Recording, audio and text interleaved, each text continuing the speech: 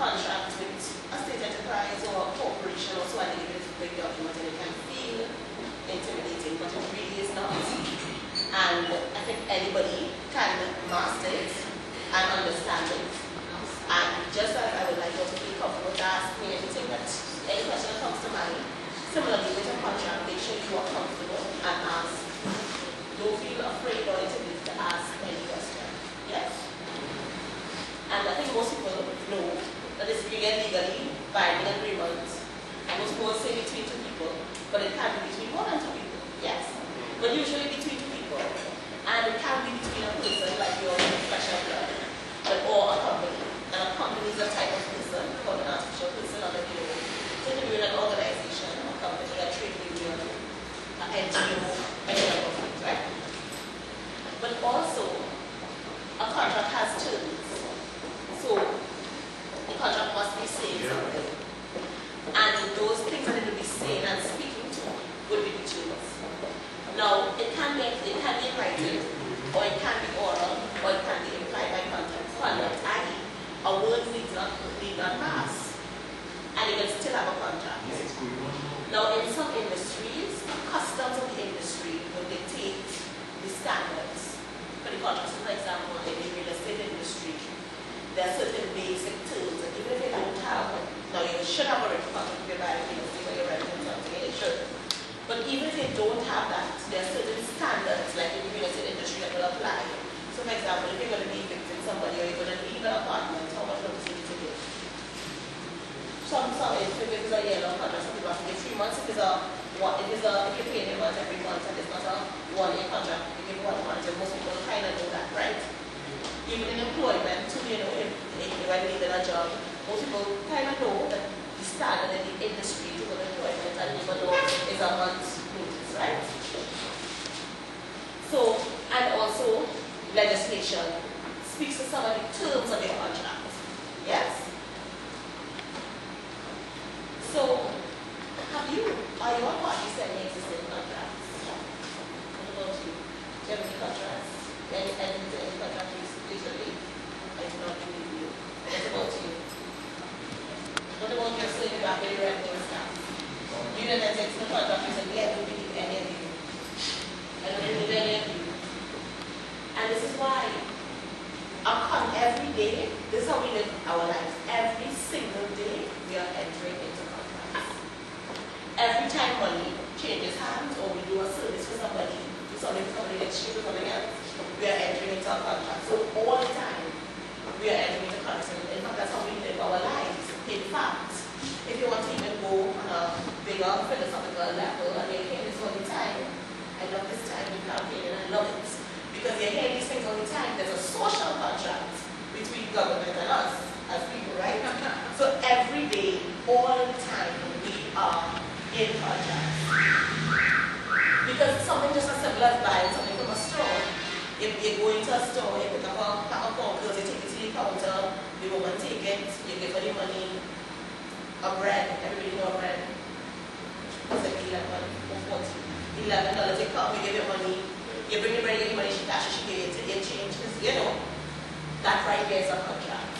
So we all enter into contracts all the time. And it's just the same way that buying a loaf of bread is not intimidating. Neither should any contract be intimidating, right? So, how many of us work in jobs? So, all of you are actually in a contract. You are in for 2 years, 3 years, however long you're in that job. Yes? Online agreements. And I thought this was very interesting. It is true. When I signed up for Facebook, they asked me, accept one agreement. And it's a contract. Now, I'm not paying Facebook any money, but Facebook is making money off of me. And off of all of us. And when they added our permission to do that, we're allowing them to make money off of us in exchange for the Facebook service. A contract. Yes? So we're all in contracts. A credit card agreement, even the link you and ETN credit cards. Contract agreements and contract with the bank. If you agree to buy something from a friend or exchange something from a friend, that's a contract. Now, there are contracts and then there are contracts, right? And sometimes what we think of contracts are really contracts. For a contract to be enforceable,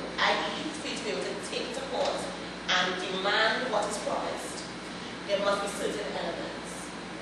So there must be an offer, there must be acceptance, consideration, an intention to create legal relations, and also legal capacity, right?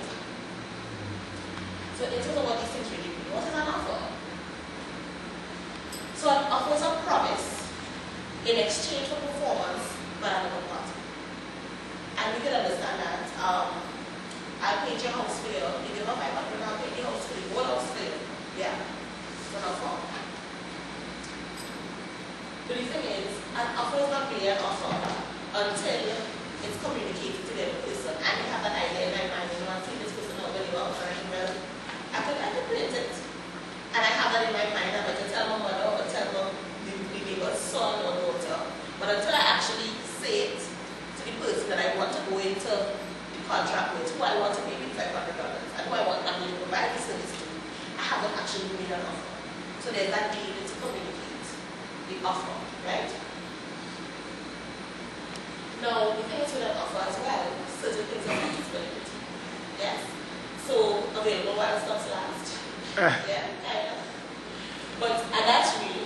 But the thing is, you can make an offer to somebody, and they have an point, and they see something back and front.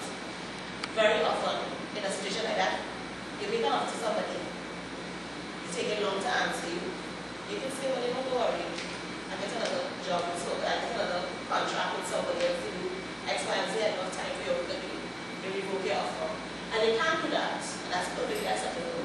Before the person that you make the offer to accepts your offer, right?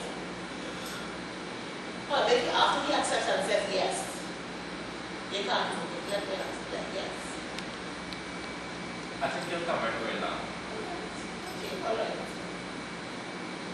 That's how we don't want to can cause the offer to be invalidated, right? And you can understand why. Because if it won't exist anymore to consent, or if I won't exist anymore, who can make the offer? You know, who is going to accept it? Who cannot receive the acceptance? There are all those issues. So death revokes an offer, or invalidates an offer. If the party isn't saying. You're laughing, but this is a real, serious thing. It's a real serious thing. I heard a statistic, this is by the way, I heard a statistic many years ago that 1 in 4 Trinidadians has a mental illness and doesn't know it. And that's only people with papers, that's only people who don't know. So how do they evaluate them beforehand and That is reading an them out? excellent question. That is an excellent question. That is an excellent question. Because the reality is, if 1 in 4 of us, and glad you raised that, because if 1 in 4 of us has a mental illness and we don't know, so there's many people who would have been in World War or sit down. These are people who walking around, operating every day, seemingly normal, probably brought an occasional trip off, and you're just thinking, well, it's spicy, Trinidad, spicy personality. No, the thing is, people who are not sane are not competent to enter into contracts. Another thing is as well, children are not competent to enter into contracts. Let me say, you know they're not saying what they can do the job. Really do the job. Yes, literally. Right, so That's how people look ready to work out. is an offer from them valid? But quick No, but the question. thing is, if they don't do it, if you can go ahead and engage them, it's like this. Entrepreneurship is about taking care of the person. And actually that is the role of the entrepreneur. That's why the entrepreneurs pay profit. That's why they receive profit. So that is part of the risk and the pattern trust of the business. So the risk you're taking, but you will appreciate, you know, that the person is not a sound mind. But If you know the person is not a sound mind, you know that should he be unable to perform, you know that you're not going to go for this contract because he doesn't have the capacity to contract at any given moment. Similarly, children cannot enter into certain contracts, and most rather certain contracts are enforceable against children because children generally do not have the capacity to contract, generally, except for basic goods and other basic things. Yes, sir. this is the part of insanity that have to be legally said that you see more one thing as kind of thing. Because the question that I was going to ask you is at the point in time that the offeree is in soundness of mind, and they trip off or they go mad, my contract is still enforceable or not? Okay, so the thing is, and in reality, ask an excellent question. In reality, nobody's walking around telling you. You know, I was sick that, and I need to take my medication, and nobody's going to tell you that, right? In reality, anybody's ever told you that. But even hear about it, but what if you didn't hear about it? Some people are very good at keeping things quiet. But the point I'm making is, what you really will realize is that what happens in reality is that you enter into this contract unwittingly, and they make an offer, you accept it, they start to work, you're paying them, and then all of a sudden they're abandoning your work and they want to take them to court. And in their defense now, it will come, their paper will come out and it will work with you. I'm not competent to contract due to mental issues, and they have a big stamp from the hospital, psychiatrist and psychologist. And so you end up learning that after, but you are quite right. Try to hear about it. The thing is that with small business, in particular, because the thing is with any contract, there is the possibility, risk of loss. And entering into a written contract, the whole purpose of that is to minimize your risk and loss. Somebody when just hire somebody without having that kind of background, some kind of information behind. That is an interesting concept because in terms of you and things that you would have done in the past, contracts that you would have entered into in the past, so buying a loaf of bread to what? What do you really know about people that you really always do business with? But you make a good point, it is in your interest to get as much information as you can and to minimize your risk. Particularly for small business, it is ideal to don't enter into huge contracts where you have to pay out. Yes? So you need to manage that risk very well, particularly if you do too much about the personal organization that you contracted with. And even if you have to enter into a huge contract, think about it carefully and structure a payment schedule where at no time is the amount of money that you are liable to lose, should things go south, be so detrimental to you as to break.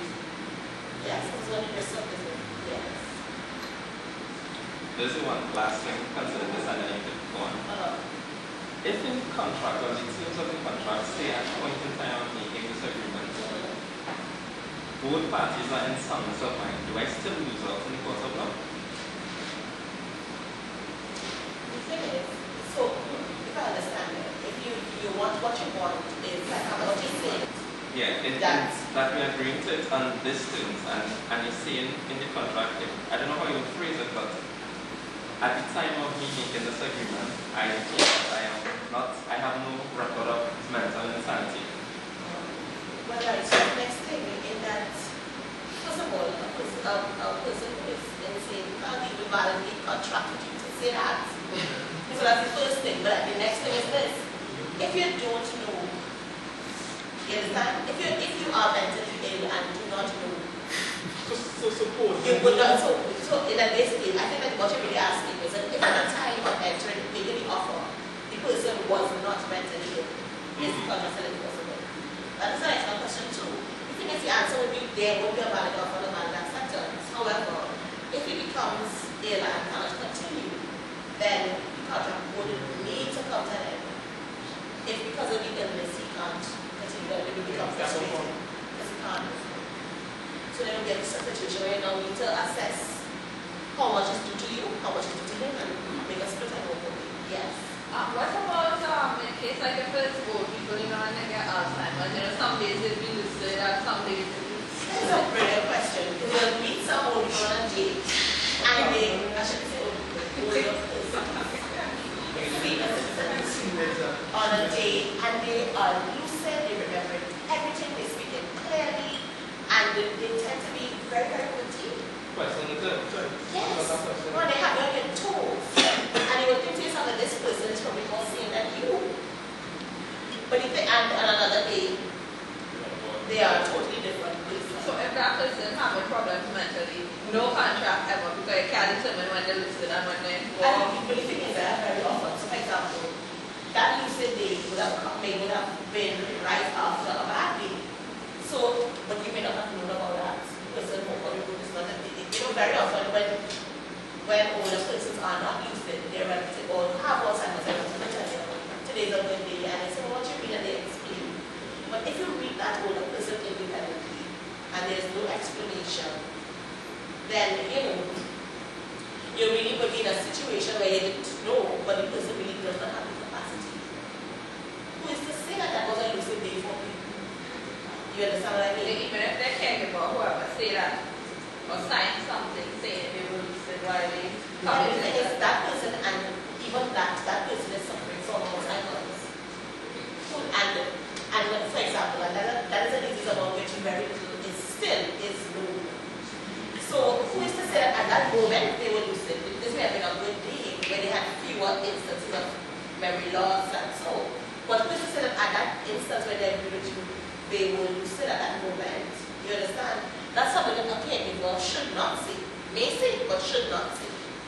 And what really is significant is that the date of the diagnosis and the reality that diagnosis happens very often after people recognize certain signs. Yeah. You understand? So after something, a diagnosis of that kind, take notice. So even if like you go into a contract with somebody and then they diagnose with a mental illness after the contract already signed, yours will be invalid. It wouldn't be invalid. But the enforcement of it then becomes challenging because, or rather, it's not so much the enforcement becomes challenging, but the ability of that person to continue to perform for you and the required standard is compromised. So the reality is that while the contract would may be enforceable at the time of that it was signed, whether it can actually be performed is personal. So somebody to be a hero and name.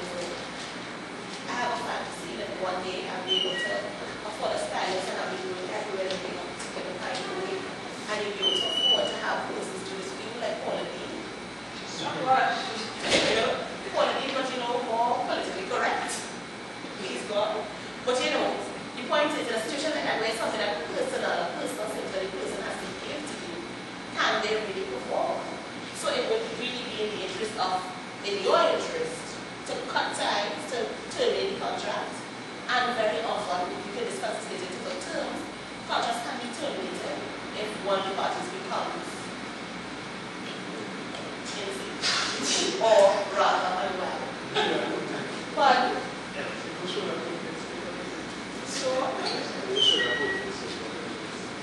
contracts usually have provisions pertaining to this particular instance or yes, actually, very often, there's a termination clause in the contract and you identify the grounds on which you will terminate.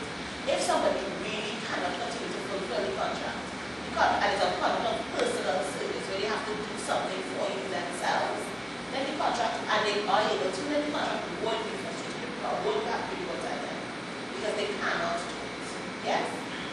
So even if the contract doesn't speak to that, there is case law that would cover you. So it goes to court, there's case law that can be easily drawn on to support your position. Yes? So death of destruction or destruction of the subject of the contract. So for example, the contract was to buy a car and the car gets written off. There's no more, the offer would be invalidated by the car being written off. Yes, very excellent. Lapse of time.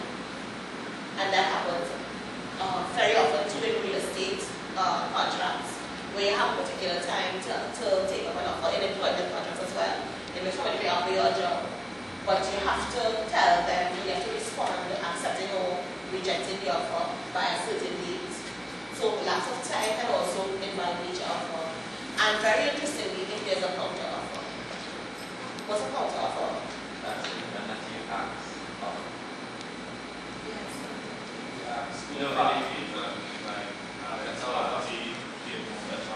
Right, so and this happens a lot in negotiation, right? So you tell me you give me a price for something. So you give me a price for something. Not quite negotiating. So you give me a price for something. And I said, nah, that's too expensive, and I try to reach you down. And you tell me, nah, that's a little money, you will make a penny, and you give me you make another offer. too expensive, do it for 300, that's a counter offer. And it totally validates your offer. Then when you say, "Now I can't do it for 300, give me 400, that is another counter offer. Yes? But each counter offer invalidates the other offer, but it's an offer in itself. Yes? But once a counter offer is made, the previous offer is outweighed. Right? So examples of valid offers. Proposals, and I like that you brought up tendering. So very often you will see in newspapers requests for proposals. And somebody, and you go to, you pitch interest, you go to a site visit, you do a proposal, you do a bid, and you send it in. That is an offer. Where you say, I can do the, I've gone on the site visit, I understand the scope of work, I've assessed it, I can do this job for X dollars. That is that proposal or bid is a valid offer. Tender and auction bids. Yeah. Now the thing is with proposals, sometimes with tendering now they call the bid the proposal. But the bid is, in my recollection, in my experience, the bid is a bid. Proposal sounds nicer, but the bid is a bid. But a proposal will be where you cease on need very often and you send somebody a nice letter or document saying, I notice that you have this, that this situation exists, and I can fix this for you at so and so cost. Yes? Should you agree? Kindly. Yeah, proposal. As opposed to a bid. But again, the terms are used interchangeably. Stocking and operating vending machines, which I thought was so interesting, right? Because a contract has to be between two people. But the company running the operating the vending machine business, by stocking and having plugged in the plug for the vending machine, they are making an offer to you, $5 for a whole book. Yes. So that is in and of itself an offer as well. No. So invitations to treat, because these can look a lot like offers, but they aren't actually. Yeah. So invitations to treat. What an invitation to treat is an indication of a person's willingness to negotiate a contract, and it's a pre-offer communication. So an easy example is the same invitations to request for expressions of interest. They indicate, hey, we have a need, come and see it, we want to negotiate a contract with somebody to fill this need. However, an invitation to treat cannot be accepted. And it is because it is really an invitation to receive offers from you. Good examples are goods on display in a store or on the internet, advertisements, requests for tenders. Those are all invitations to treat, but they are not themselves offers. Yes. Why do the advertisements not be considered as a offer?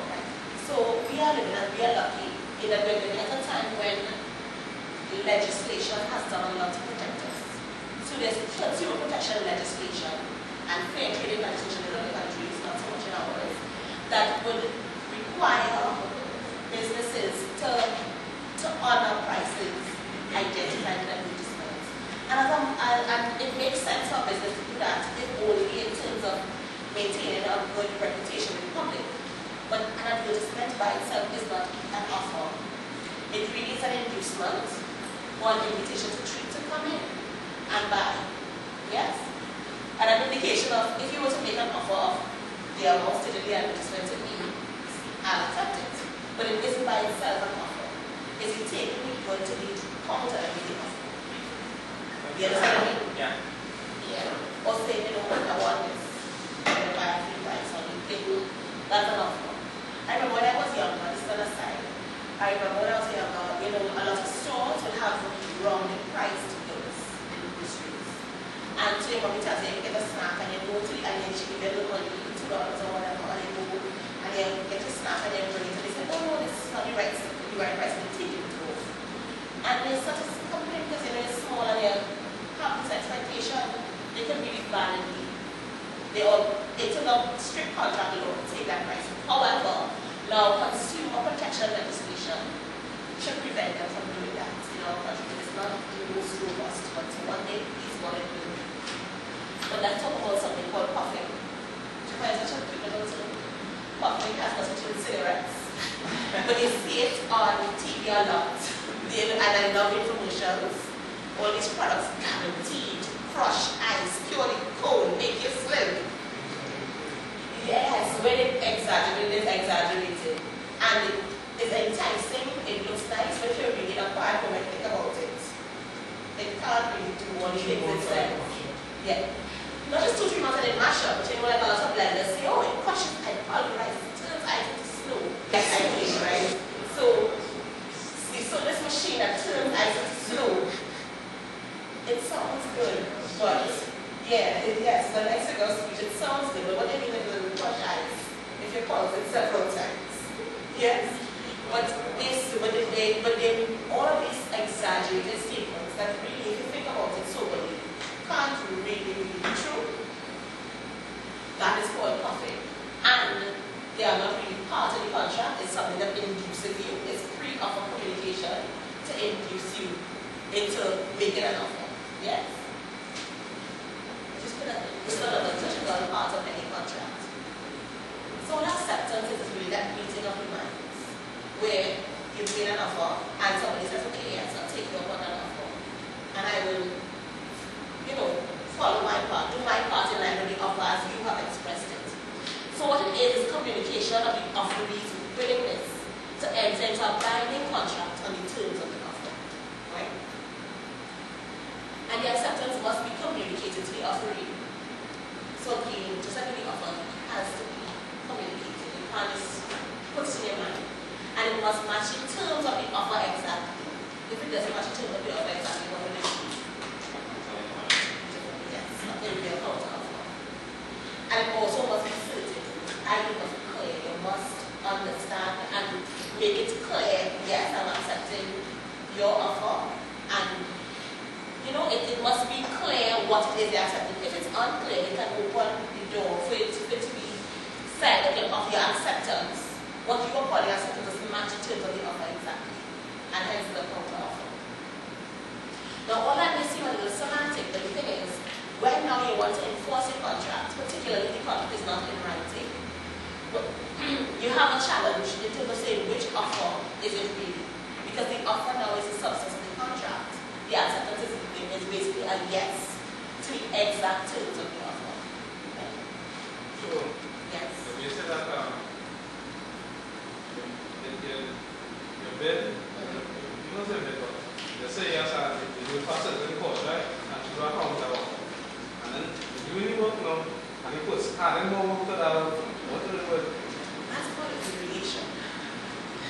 And as a contractor, you really love that. Yeah.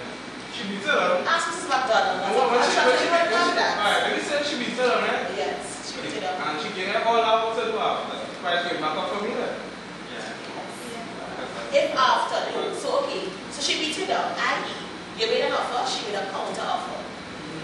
And so which is the beat down. And then if I just say, okay, yes, I will do that. But if after that point of yes, she's adding things, those are variations to your book. And contractors love that. It should be more money, but again, I will say this. I will say this, which is not in the area of contract law, but perhaps public relations. In my experience as a person, buying services, I'm a Trinidad, and we all like a land that. So, it's for you to decide with what you're going to charge for and what you're going to charge for. So then you do a little freebie, and you get a good amount, you get good publicity because they will tell people about you, and So you may not give them everything, every additional, every variation, like $2 free. But they will say, okay, I will charge you for this, but I'll charge you for the rest of the side. Because it's a give and take. You want to build a business and build a home, which is very, very, very powerful advertising, right? But that is again that's not my specialty. It's a consumer, I'm telling you, I love that. But again, just as with the offer, it could be verbal. It could, i.e. oral, in speaking, it could be in writing, and it can be, but interestingly, as opposed to the offer so much, acceptance can be by conduct.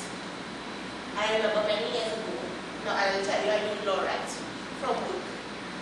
Many years ago, there was a situation where as the attorney for the company, I had to advise on acceptance by conduct. Somebody can't, if you make an offer and the person beating it up, and they start to do it, you can't come up and say, no, my price is X. Because by your conduct, you're accepting the counter offer. By starting to do you're accepting the counter offer. You understand what I mean? So you have to look carefully at your conduct. It's better to be straightforward and, accept your position and be straightforward and express your acceptance or make a counter offer. Because you can have an unlimited number of counter offers before you accept. I put my quite a high price. We're not going to make money. Well, again, that's a risk as an entrepreneur that you have to manage.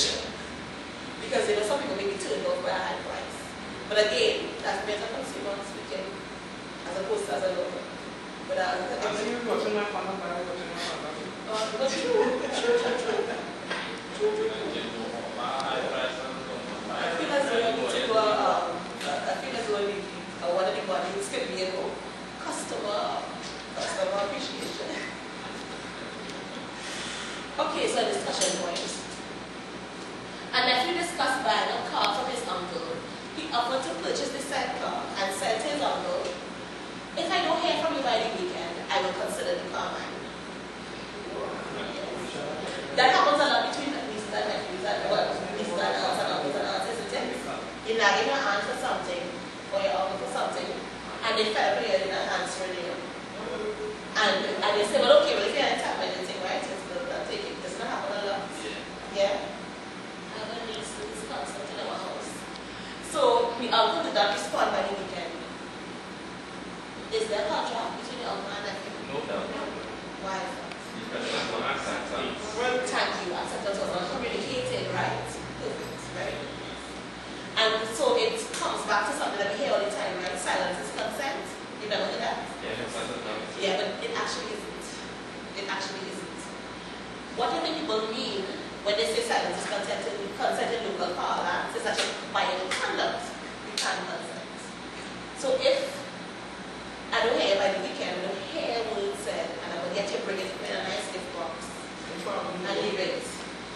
I'm glad that you raised that. We will discuss that after. When you try to create legal relations, we will discuss that. But again, silence is not consent. You have to communicate your acceptance. And you can even communicate your acceptance silently by your conduct. But just to say or do nothing does not mean that you accept, right? So consideration. A contract is only enforceable if there is consideration. And what it is anything of value promised to another when making a contract. Most often, consideration will be money. You buy another for bread, you pay it, right? But it doesn't have to be money, it can be physical objects, i.e. come in exchange. And that would be consideration. It could be services. It could be promised action or inaction. So if you promise not to do something, yes. Because the thing with consideration is this. We often feel like in a contract, the person who is paying the money is the one who's feeling the pinch. Yes. Do you ever feel that way? But at the same time, he is paying his money and dipping it his pocket and yes, feeling a pinch. But at the same time, you providing something. So you are feeling a pinch too. Yes. So consideration is that mutual obligation on the part of the parties to give something and to receive something. Yes. There is no contract where consideration is one-sided. Only one person is getting something. Yes. Both parties both have to give up something and have to get something. I will give up my money. You give up your services or your goods. Yes. And the time and all of that. So without that mutual pain, so to speak, that mutual pain and benefits, that mutual loss and benefits, there is no consideration. And that is what consideration is all about. It doesn't just have to be money, but it has to be something of value. Yes? It could be a time, it could be any number of things. And it's valuable. So discussion point.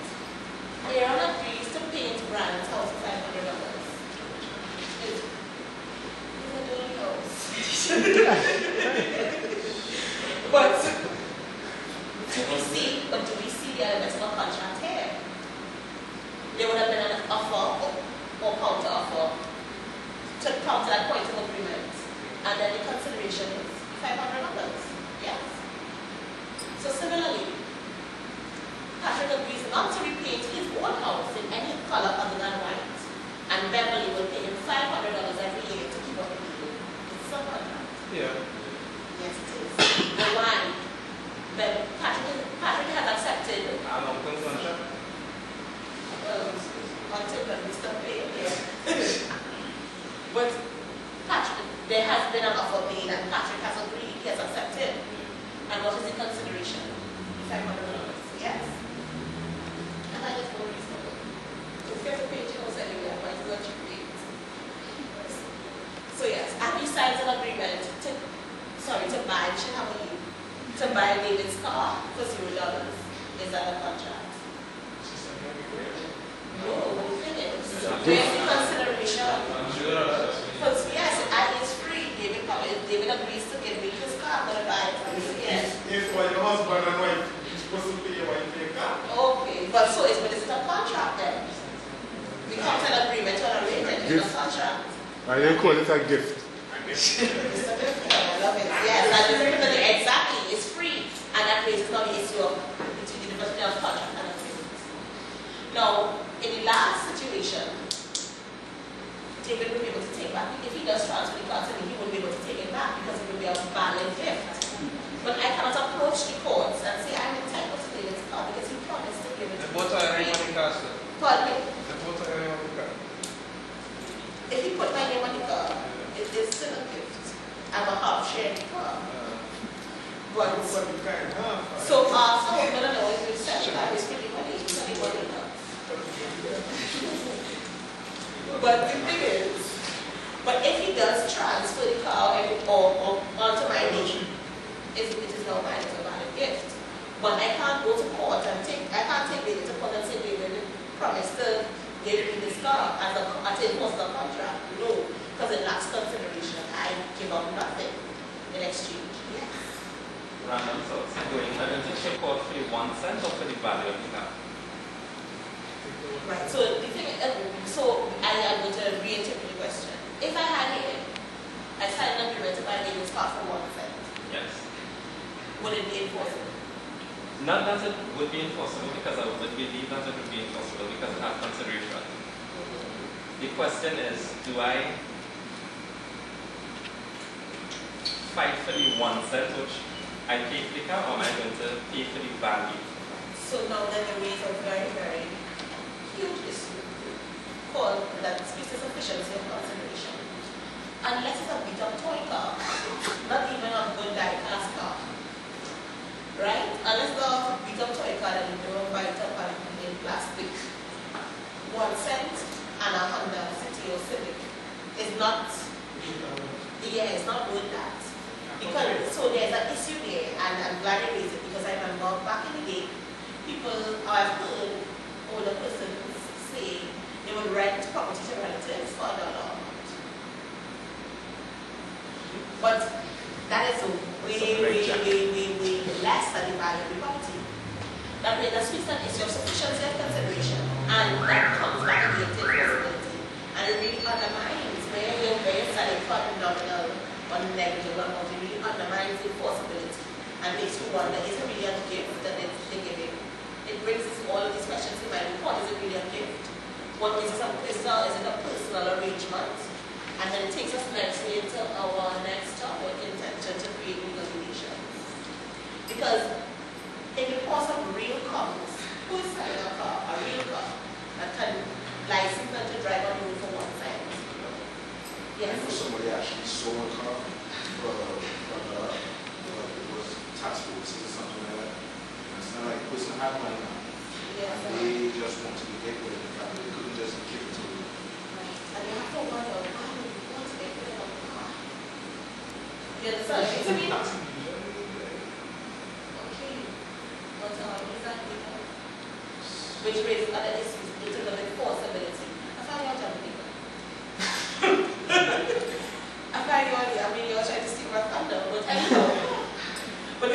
discuss that. We're going to discuss that. Some people do sell it first. There are those arrangements. But are those arrangements enforceable? Is it really probably a contract? This person wants to get rid of the car, he's giving it to you for $1, you're really not a fool, you're guilty.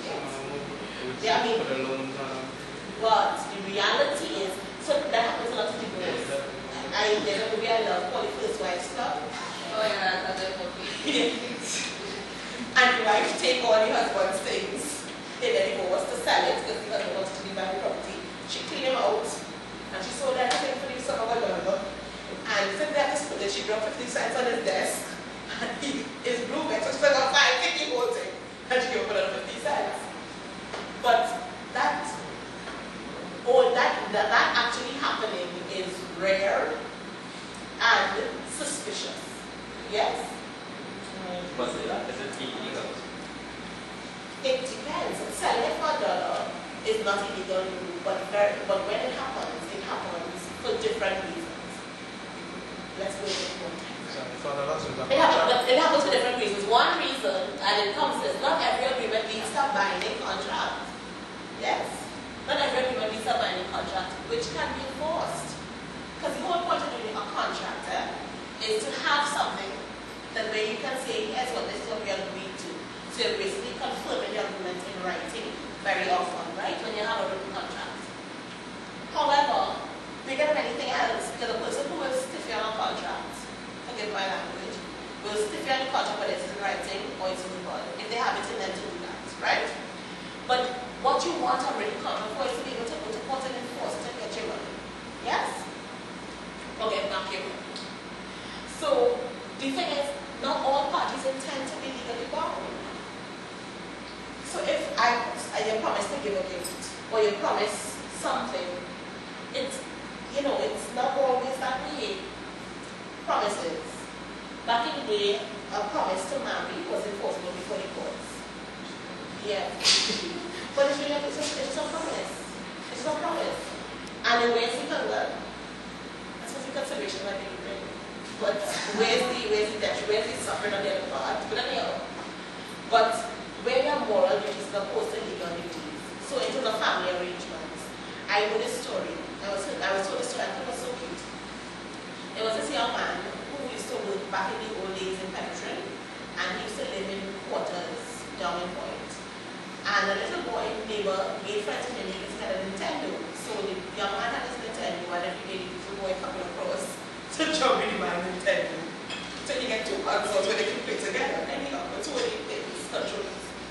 So the mother tells the young man that, the son is on punishment because he's not doing well in test. And the young man says, "Really, you're not doing well in test? I play Nintendo every day and bring you home, and that's what you're doing. No more Nintendo for you." And the little boy, while the company said, "Listen, if you come first in test, I will give you that Nintendo." Because the child come from last to first, That too. Yes. And but the thing is there a contract there? Can the boys want to take him out to court? No, coming first in test, yes, is a challenge, and it's if the boy that become very likely a lot. So there's a moral obligation, a moral duty as opposed to a legal duty there. The man didn't fit in the test, right? But you understand the difference. And with social and domestic arrangements too, arrangements between husband and wife, brother and sister, those things, very often are not arrangements where the parties are going into thinking, if this doesn't come through, I can take my brother to court, or I can take my sister to court, or my mother, the state, the courts. But it's the parties coming to the table, they didn't have that intention in mind. You understand? So the court beats those out. Yes? But in terms of like the $1 situations, that happens a lot under these kind of situations. And when it happens under these situations, yes, they are legitimate, they're not illegal, but are they really contracts where there is the intention to create legal relations? In a situation where my brother is giving me a car for $1, that is a gift. Yes? Yeah, that's a gift. He doesn't really intend that if you get the car gets removed, and I'm going to give it, yes, he said, $1 give me $1 one time.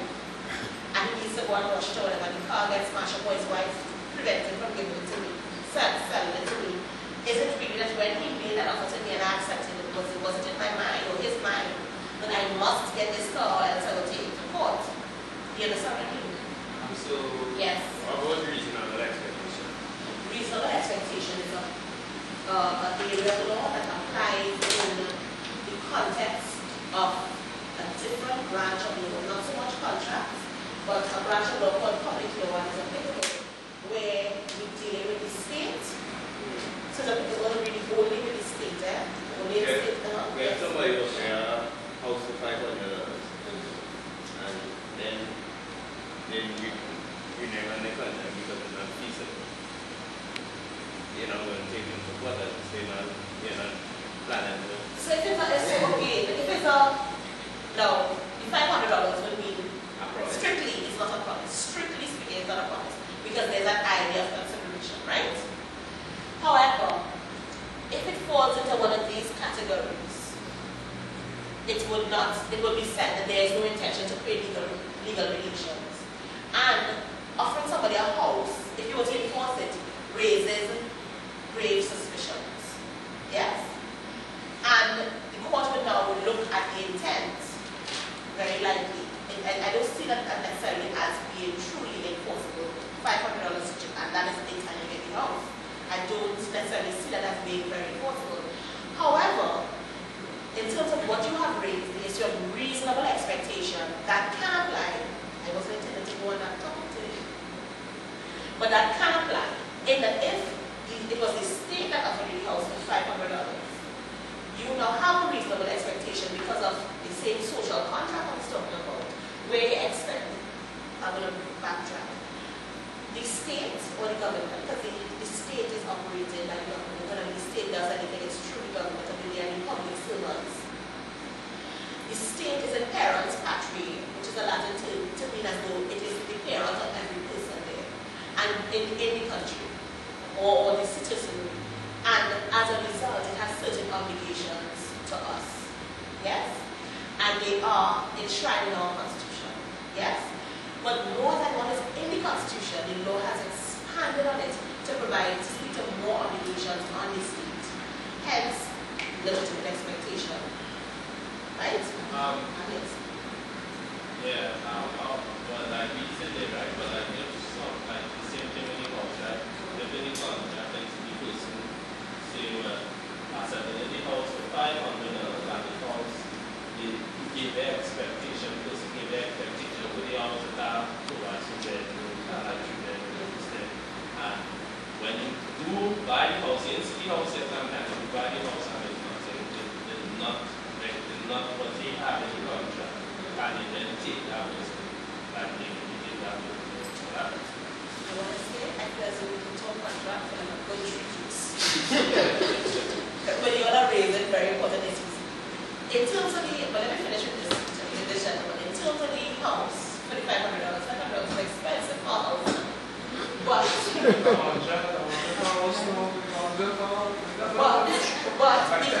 because if it is the state that tells you that they will sell you this house for $500 and you see it happening with other people, yes, because it is the state, that element of reasonable expectation comes in because you have an expectation and a right to be treated equally before the state, and that right to the Constitution.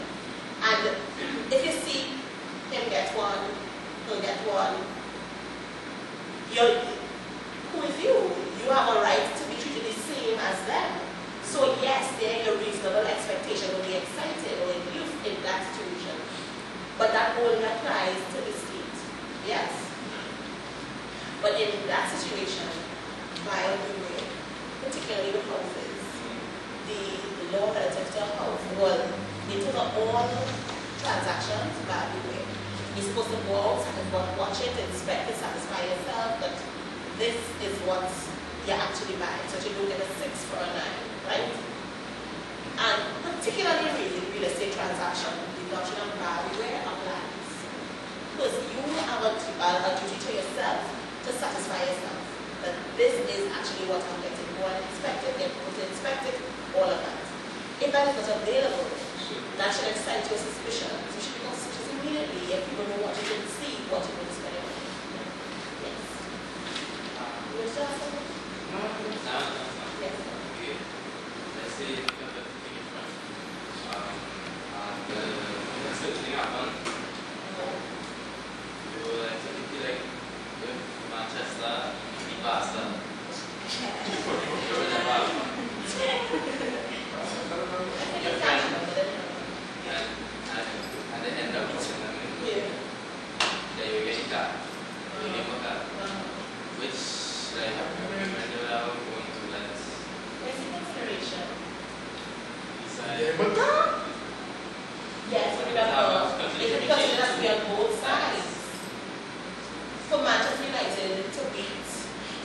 Barcelona. carpet. What you had to do, bets are not enforceable. Bets are not enforceable. But also, if you got the email figure, is that email figure? Yeah. We learned that. No, those are members first.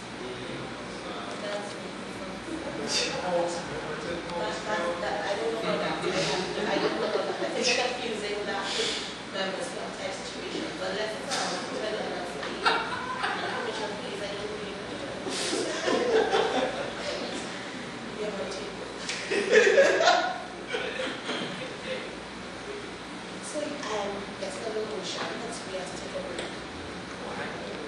But if you all want, we can do the discussion points. We can read the discussion point and we can mingle and discuss while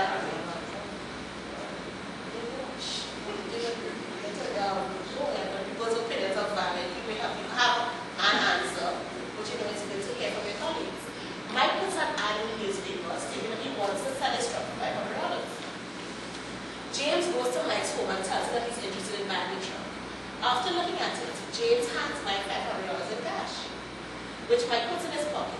Just then, Steve drives up and tells Mike that he'll give him $600 for the truck.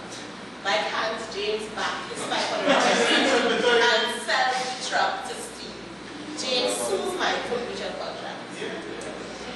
Let us discuss, because the thing is, okay,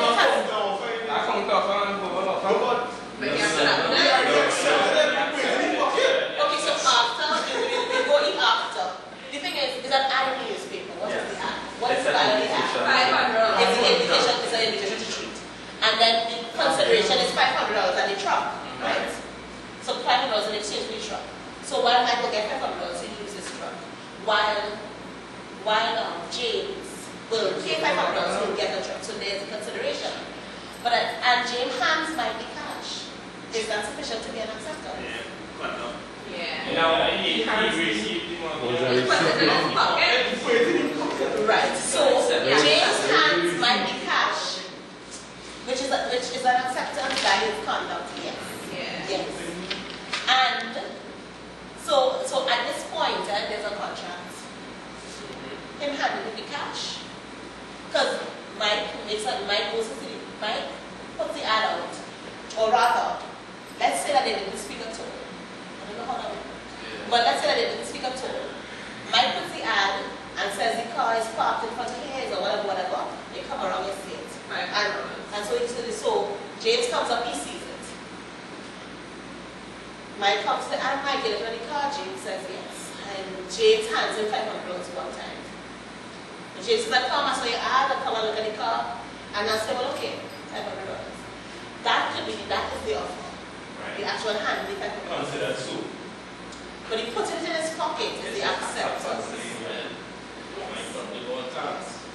Probably more tax would even add to what the acceptance is. But he didn't need to add tax. He just he put it in his pocket. And he accepted it, he took it and put it in his pocket. Yes. He didn't even put it in his pocket, he took it. Yes. But Steve comes up and makes another offer, but Mike no longer really owns the car. Yeah, so that means Because while no papers have been signed, the beneficial interest in the car, he's in a contract with James to sell the car. Yeah?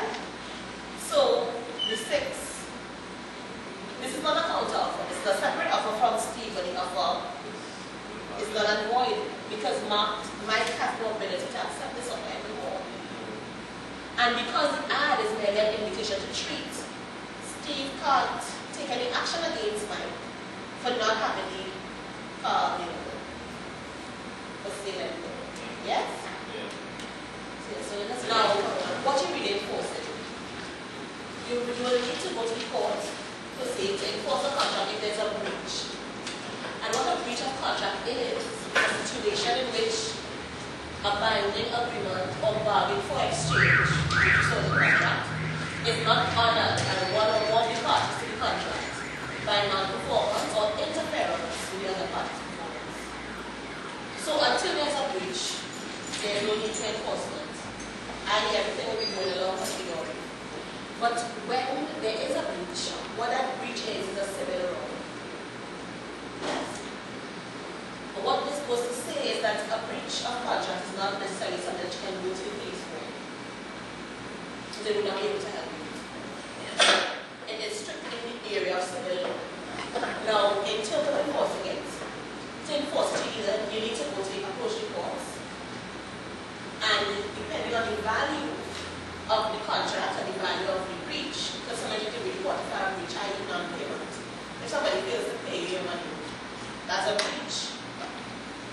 So you will either go to the High Court or the Magistrates Court. Recently, or back in the day, all the time I knew the Magistrates Court dealt with civil matters in the petty civil court up to $15,000. But about 2 months ago, 1 month or 2 ago, they increased the sum to $50,000. So there's a breach of contract, and the value of the breach is under $50,000 or less, you can go to the Magistrates Court. And the good thing about the Magistrates Court is that you do not necessarily have to be represented. You may wish to be, but you don't necessarily have to be represented in the Magistrates Court. Above $50,000, you're looking at a High Court proceedings, where you will need to be represented, right? But again, everything with respect to contract, unless the crime is committed, is within the area of civil law. Okay? So, void and voidable contracts. Contracts are void for illegality. Somebody raised that before and the bet. Let's get to the in Trinidad. So, a contract would be void for illegality. If the substance of the contract is illegal, and I mean, there are lots of ideas. The list is endless in terms of what those contracts are, those agreements and contracts are would be void for illegality. If I can have an interesting discussion, so it would be brief. Listen to that. It would be void if it's impossible, yes, to move a mountain or other such things. It would be void. If the person has a lack of capacity, so we discussed that earlier about persons who are insane. But also children too. Contracts with children can be void of work. But again, you are an adult who enters into a contract with a child, you can't claim the child's lack of capacity to avoid the contract. The child can claim it or his parents can claim it, but you, as a reasonable adult, can't claim that for your benefit. Especially if you know the child up front, yes. And unlawful consideration. So the contract itself, the substance of the contract may not be illegal, but the consideration may be illegal. So, only one example is coming to mind. But I think as adults, we all know, persons may offer to do certain things that may not be lawful. So if the consideration is unlawful, your contract will be void. Yes? Just things to think about. So, a good example that somebody told me about, think of another example of that, the law. So somebody told me that they had entered into a contract with somebody to do some woods. They do flooring. And they had done flooring in another job, for business. And the business was going through financial pressure. So they couldn't pay him. But he entered into an agreement with them that, okay, they can't pay for this job, but they'll make up for it. Because they will give him, they are on a board or something, and they will ensure that he gets a contract from this other company, and he will be able to enhance his price so that he will more than make up for the work that they couldn't pay him for. But in a situation like that, yes. But the thing is, he has entered into a contract where if he doesn't pursue his money for the work he did already, which he's entitled to do, so if he foregoes pursuing his money, remember, the consideration could be refusal or avoidance of doing something. It could be actually doing something or abstaining from doing something, right? So if he abstains from pressuring them for his money or taking them to court for his money, they will give him a contract where he will more than make up for it. Yes. But that is corruption and raiding, which is legal and misappropriation of public funds, which is unlawful. The consideration there is unlawful. that contract would be totally unenforceable. And of course, the person was only telling me about it because they really were wanting things, right? I.e., they weren't able to keep up their ethic on when they tried to talk about it. There was a state agency, so it was state agency, they couldn't pay. So it didn't end up working out well for many. So where consideration is unlawful, the contract would be void. So I couldn't help him because they'd be going to the court and saying, okay, response. You're entering into this country with this contract where the consideration is unlawful, but you must approach the court with clean hands. Yes? No benefit there.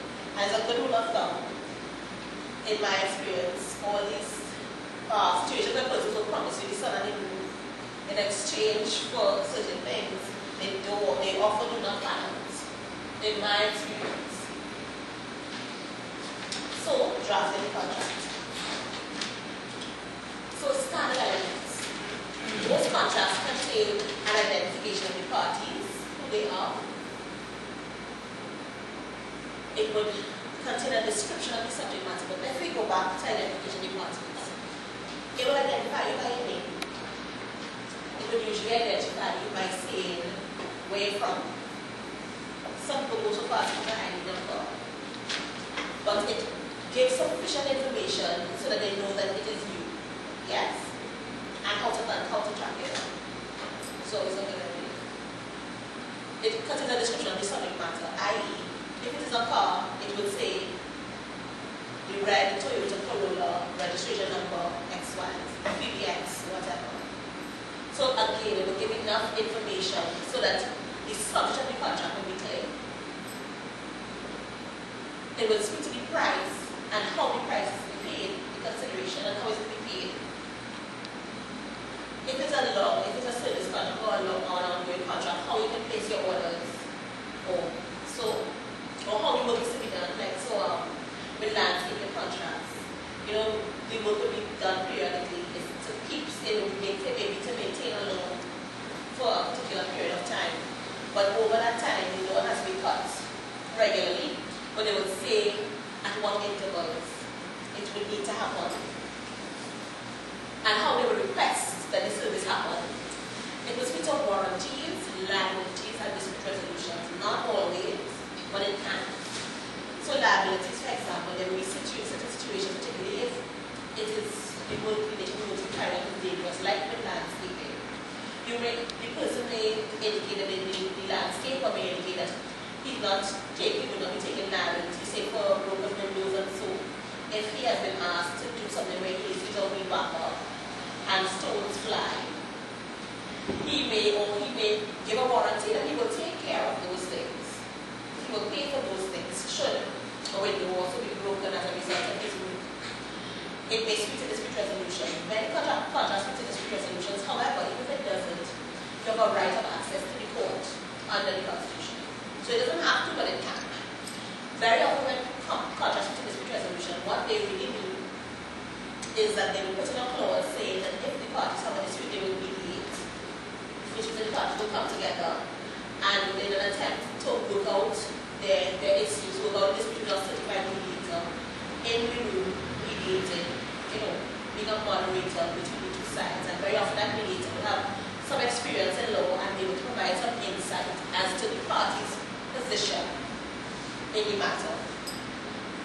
Mediation, I find, works well for small contracts, not so well for big ones. Many contracts also speak to arbitration, and I've seen a lot of contracts that speak to arbitration go to court. I don't think arbitration is something people really understand too well. Trinidad and my head is very expensive.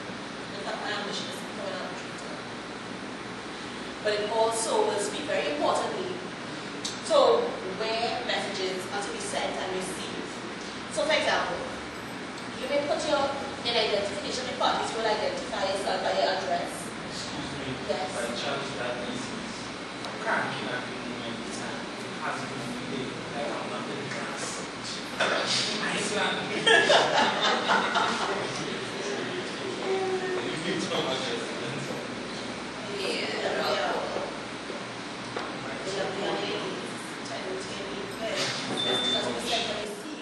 Very often the address, your actual address or your business address may not be where you want messages to be sent and received. Or if it's a larger business, and the person who signs off is not the person who actually is on the ground managing the work. You may want the person managing the work to get the message first. Yes? So, if we put in a clause saying all notices to be sent pursuant to this contract should be addressed to Mr. So-and-so at wherever. Yes? So that's what's that. The requirement for clear and definite terms. What is necessary? A contract must be certain. And it doesn't mean that you must be sure that you get through the contract. But it must be sure, it must be clear what is being done and in exchange for what. Yes? So for it to be legally valid, a reasonable person must be able to pick it up. If it's a written contract, pick it up and easily understand it. A lot of times people will come to me to discuss verbal contracts and they're asking them questions and they can't really tell it because they didn't work out all of the terms. They have something basic in their mind, but it's clear that they didn't discuss all of the terms. It's in your interest, particularly if things go south, to have a clear understanding of what you're getting and what you are supposed to do and what the other party is supposed to do for you. And I would say, in my experience, 90% of the time, when things don't work out, it's because people don't have a clear understanding. Because the parties take the time in the beginning to work out their obligations and their rights. 4 primary areas are determined definite terms. You must identify your parties very clearly. And this is of the utmost importance, particularly with enforcement. If you don't know who your contract is with, who are you going to sue? You understand what I mean?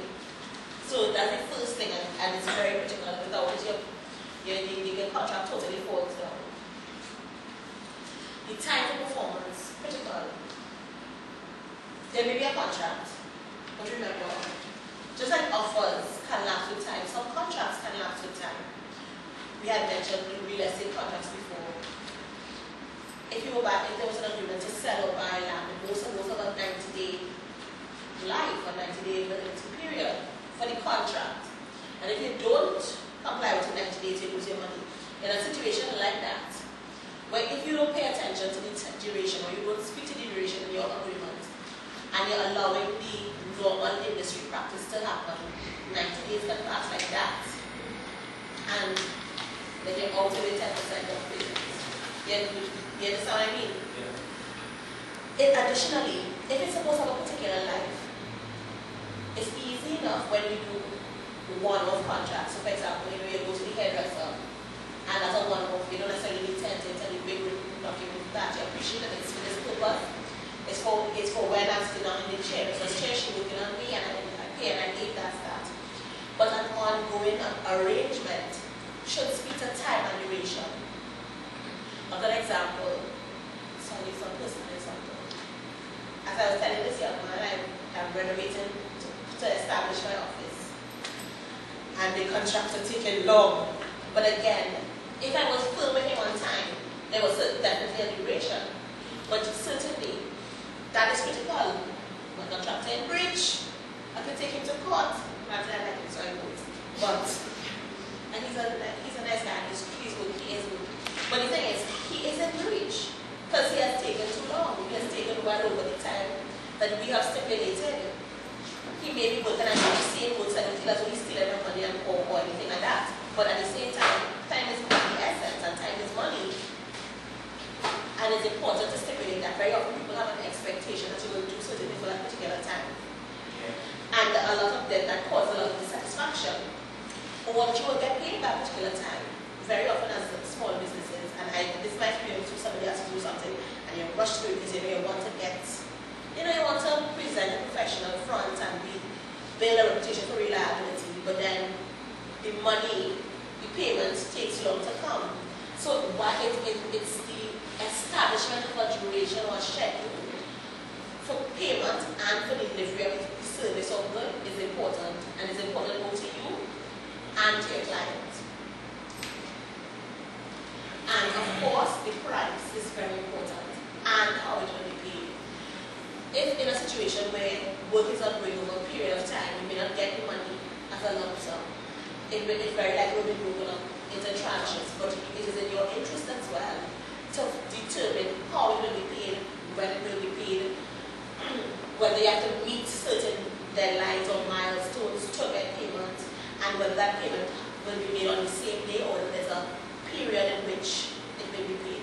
Very often you see contracts saying that all invoice is payable within 30 days on the date of the invoice. And that is important, because if you don't speak to that, you can find yourself dragging on and on and on, waiting for your money.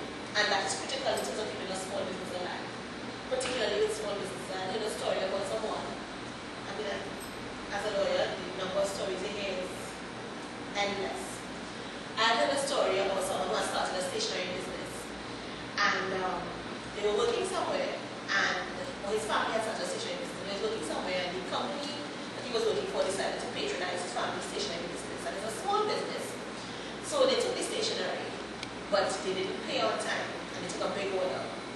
So, you know, as a business, you need to be having your money flowing in a particular way to be replenishing your stock and whatever. So because they didn't pay quickly, and because he didn't stipulate, hey, I need my money within 30 days, and I'm serious about that, by the time he ran out of stocks, if he had to take a loan to buy the stocks in the first place, he's in trouble. He can't have any, he's not any money to recapitalize the business Fernando. So it's critical to speak to how the price is to be paid, or when it is to be paid, if it's to be paid in bits and pieces, or that kind of thing. And similarly, delivery is supposed to be a one-time delivery, or one shot of this to be done in bits and pieces, and how much is to be delivered at any particular time. Which took me into my next point, so I jumped to my own one, which speaks to the subject matter or the scope of service in terms of being very clear as to what you're delivering. In the example that my young friend in Orange would have raised before, you sometimes in the course of negotiation, somebody beat you down, and that may mean that the price may go down, but also the scope of services go down, and then later they're making additions.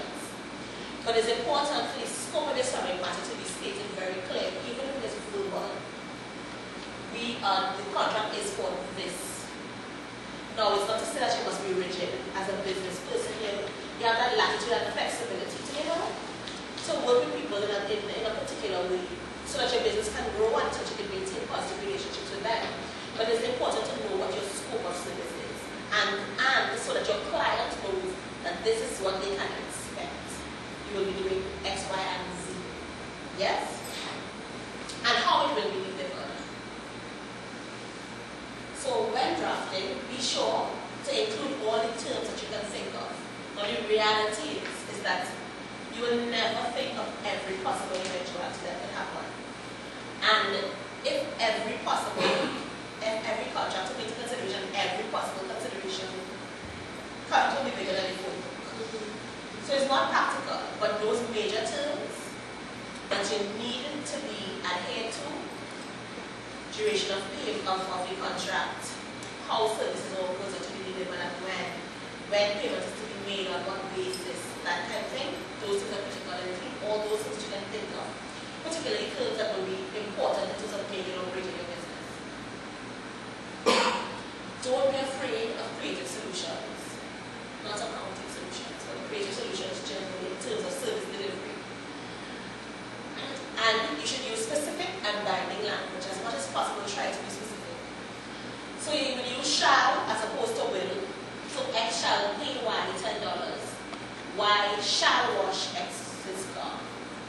As opposed to Y will pay $10. Y will wash X's car. The difference thing is will is said to be mandatory. It imposes an obligation. It's more forceful. It's more firm language.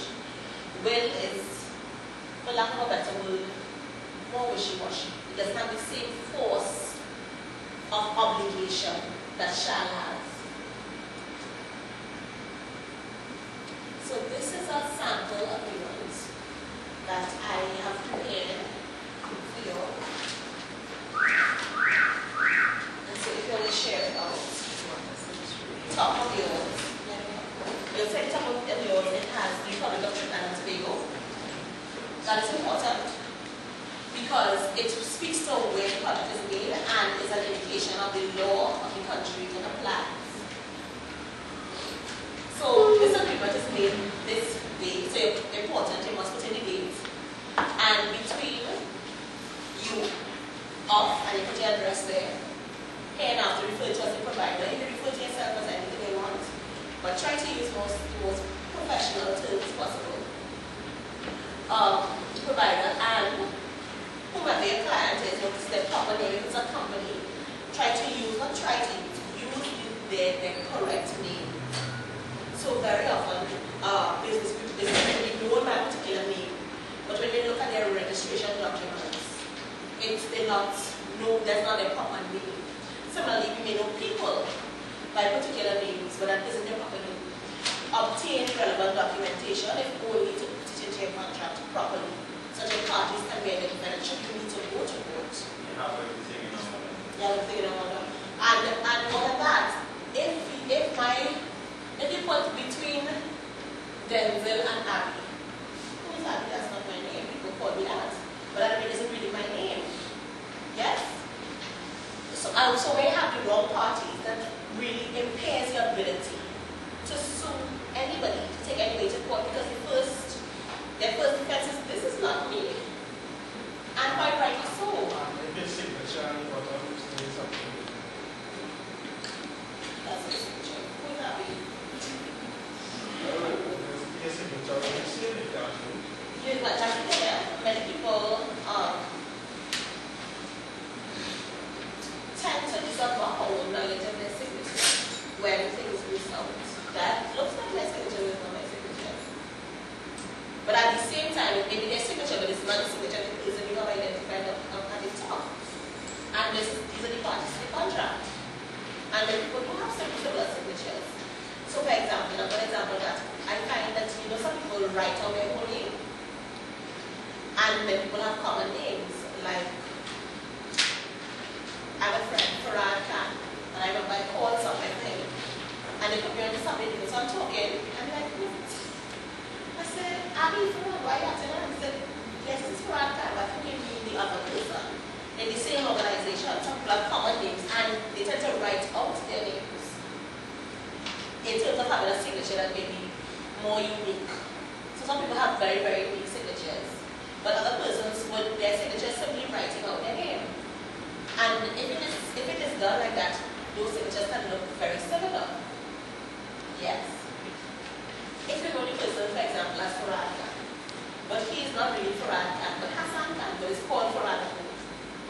Yes. Or could we have a signature and ID number? Yes, you can. Yes, you can. In that way, we'll have no problem when we go to court. And when you get the number from, and the same way you get the corporation document, you ask the documents, you ask the person ID card, you put in their correct name, you can reference their ID card number as well.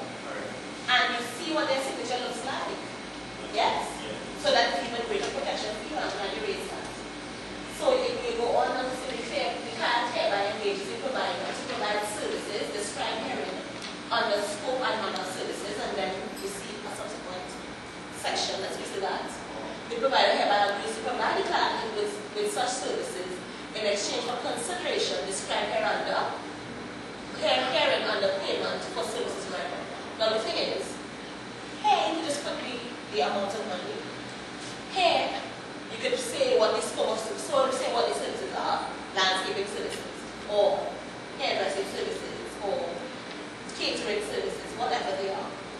But if you want to flesh it out more, you can leave those terms, and you can put in the scope and manner of services here. Give me an example of a scope of what type of services you may want to put in a contract. It can be anything. What is close to your heart? Okay, car rentals. Car rentals, okay.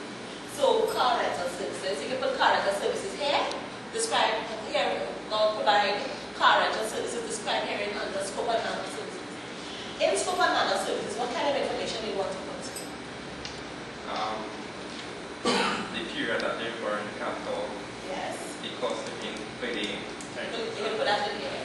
the conditions in which the guys are return, that kind of thing. Yeah. So you'll say, I think most important, you'll want to see how many cars you're renting and what is one car.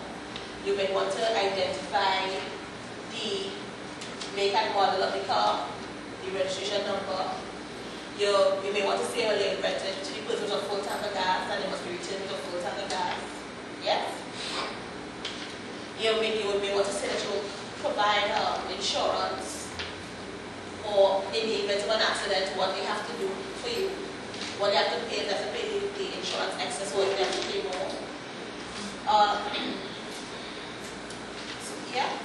In a case like this, if I could backtrack on one of your previous slides where you're talking about liabilities, could you foresee in the event that, say a car is damaged, that they go beyond paying the Yes. right, so it would be under liabilities. Yes. Could you now charge them for the inconvenience beyond the period in which they were supposed to Once render? they're rated in advance. No, under the terms, like if it's stated there. Yeah, you can, once you can put it in. You can put it in and the eligible price and business. You can put that into your contract. What you will be liable for, what you won't be liable for, what they will be liable for. Yes? So, then you speak to payment for services rendered. You have said, you had mentioned that you know how much you pay per day. Now, again, on this manner of services, you may want to say how long your resident will car for. But on the payment for services, you will say how you want your money. Do you want it as a lump sum? Do you want it up front? Do they have to pay you every day? You understand what I mean? Now, in the case of a contractor, maybe like for landscaping, you do it in a similar way. Anybody's a landscaper? Ken. Ken? Ken. You're Ken? So Ken, how would you want to fill this up?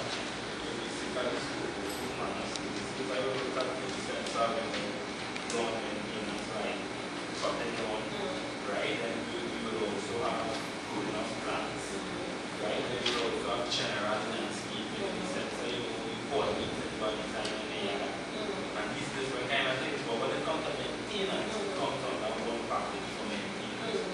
Lawn cutting, plant pruning, general cleanup, crop, and then Anyway, speak to even like with something like tree cutting, then it's people pruning of plants. You know, you see some people are very, very particular. You may want to put in that, you know, it will be, based on the guidance of the person or at your discretion. Or, you know what I mean? You will work it to suit. But you also speak to the duration.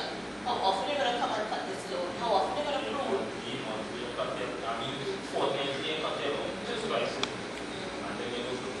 once per month they do it. Twice a month. Yeah. In the rainy season? In the rainy season. But in the dry season too, because we do a contract, right? Stating that whether it's dry season, rainy season, it comes by you twice a month. I love that. Somebody run it. Right? So yeah, that way now when dry season comes, it accommodates. But what are you cutting in dry season? You're cutting this? No, well, basically, you know, that little things in enhance in between. For instance, like, you know, if you're cutting lawn and it's dry season, you know, you include all other services within it. So, you know, you do a piece of painting on the wall, you will enhance your landscape, you know, all these little things just to make it run. But then in these dollars and cents and bills, I understand. yeah, they get involved. Well, once you negotiate that, you can also put that in your man. But you can put that in your man also. I would like in the dress. What do you put that to? You don't have to put it all in the dress. You don't buy my the land is small. Because yeah, but right. you know your business. But when it's yes. really season, have real grass to cut. And these where maintenance guys tell you to be scarce. Because you will be calling and you can't get through because it's somewhere else. When you really dry season now, if you will capture that twice a month visit, they will have you at all times. It's more raking dry leaves in the dry season. Yeah, but it will be whatever trying to show you will always have that person available, whether it's dry season, rainy season. So like a retainer, dry season retainer, I understand. So, you just picked a payment for services rendered. Now, so how do you want to be paid? So in terms of here, you may be saying that you're doing it for a year. Yes? But how do you want to be paid? You will say you want to be paid every month, but it's a flat rate every month. Do you get paid more in the months that you prune? Do you get paid more in the rainy season? Do you get paid more less in the dry season? That kind of thing. And if it's in that particular example, where there's rainy season and dry season, you might want to schedule and say from here to here, this is what the dry season maintenance, rainy season maintenance, and different costs. Because there is more raking as opposed to pruning in the dry season. Different and if you wish to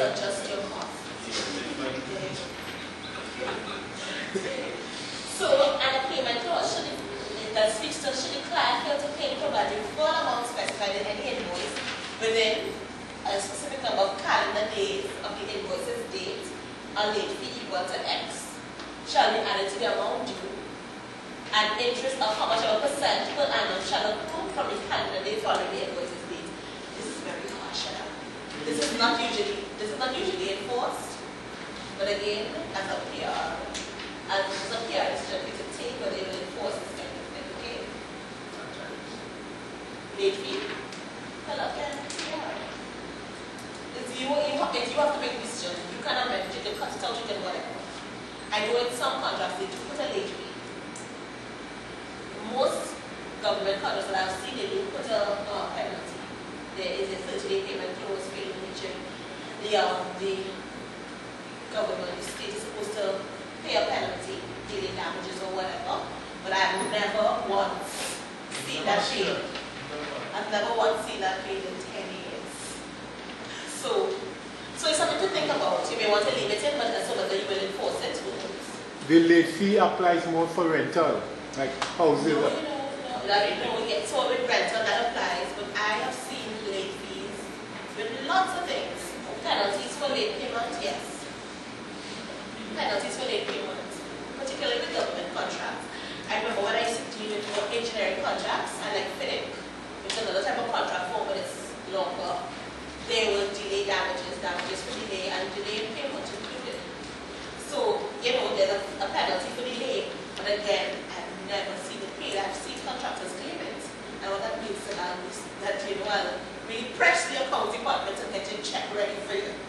But I've never seen it paid. Mrs. Abdullah, have you ever seen it paid? I've never seen it paid. There's a kind of deterrent when you put it in Check wasn't once. And it wasn't happening. I'll run up, I'll say, check it here for you.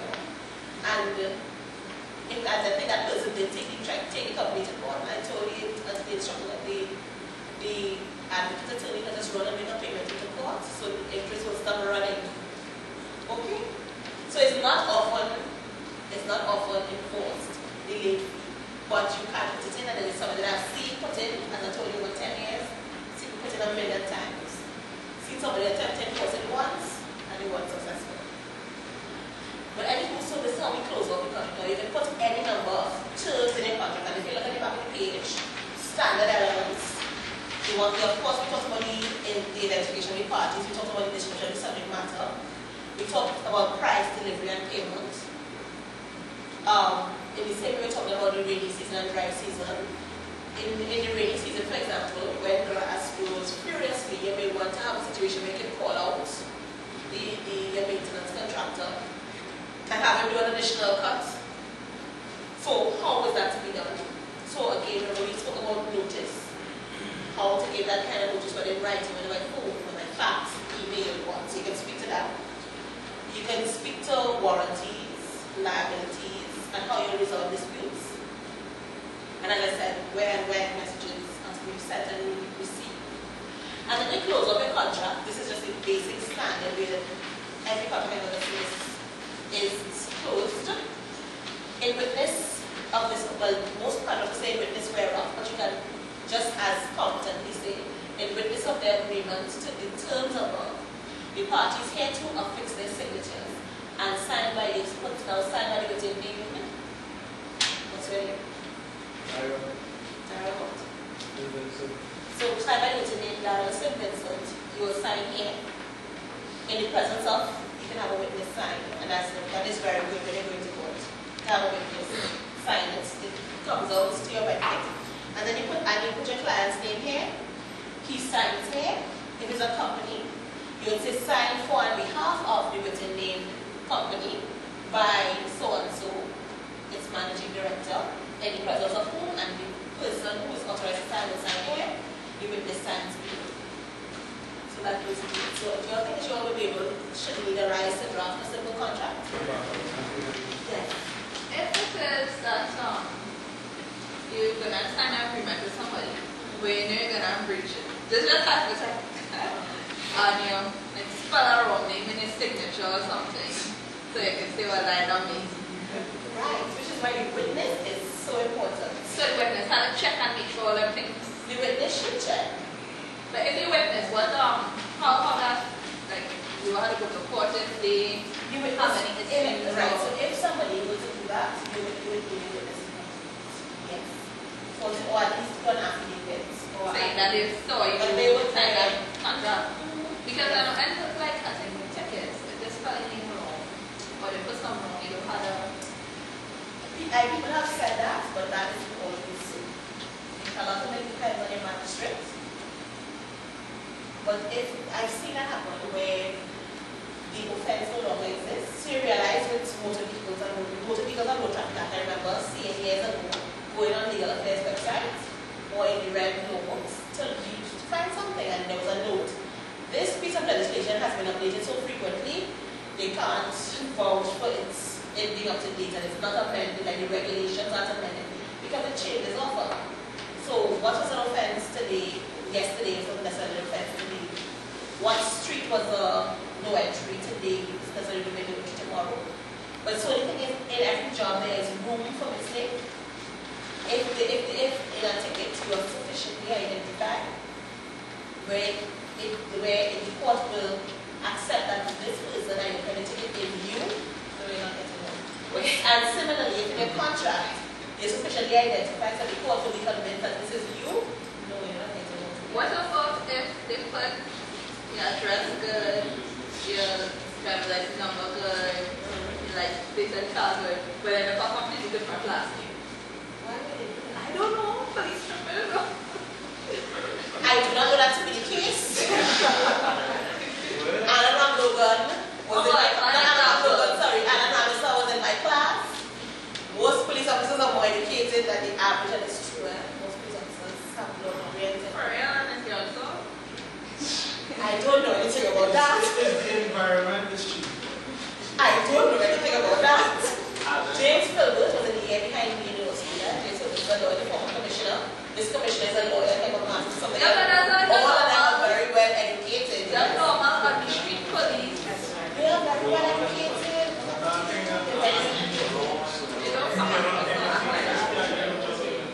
I think it's a heat.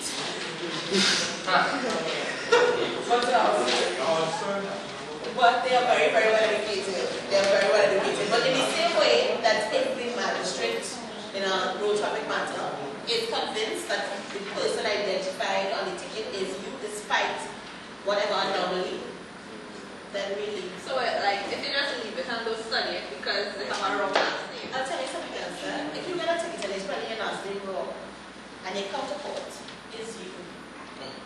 Okay, that's different. No, and that's the next thing.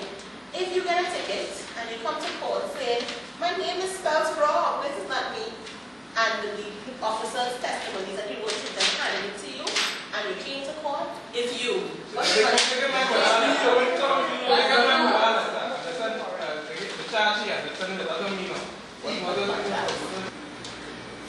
I wish you all the best in everything, chance.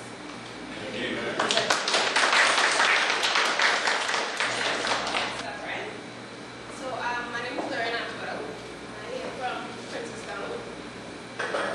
I look very young. Anybody want to take a guess? 16. 25. 19. 19. That's good. But no, we haven't been in back there. I'm 25 years of age, right? Good. So a bit about my educational background. I have a bachelor's in biology, so natural sciences, and I have a minor in chemistry. Wasn't my area of choice, but my parents, I didn't have career guidance. I didn't have this opportunity that you all have here today. And my parents taught me, science is the thing, to get that science foundation, and when you start to run one time. In fact, they told me, do the biology for me, and I'll pay for anything that you want to do afterwards. But after biology cost them, pretty penny. They couldn't pay for what I wanted to do, So I had to seek employment. I wanted to be a chef. I had this big dream about opening my own business. And I like to dance. I wanted to incorporate everything that I like into my business piece. I wanted to dance floor, I wanted to add galleries, like music, and that was my dream. So I thought, my whole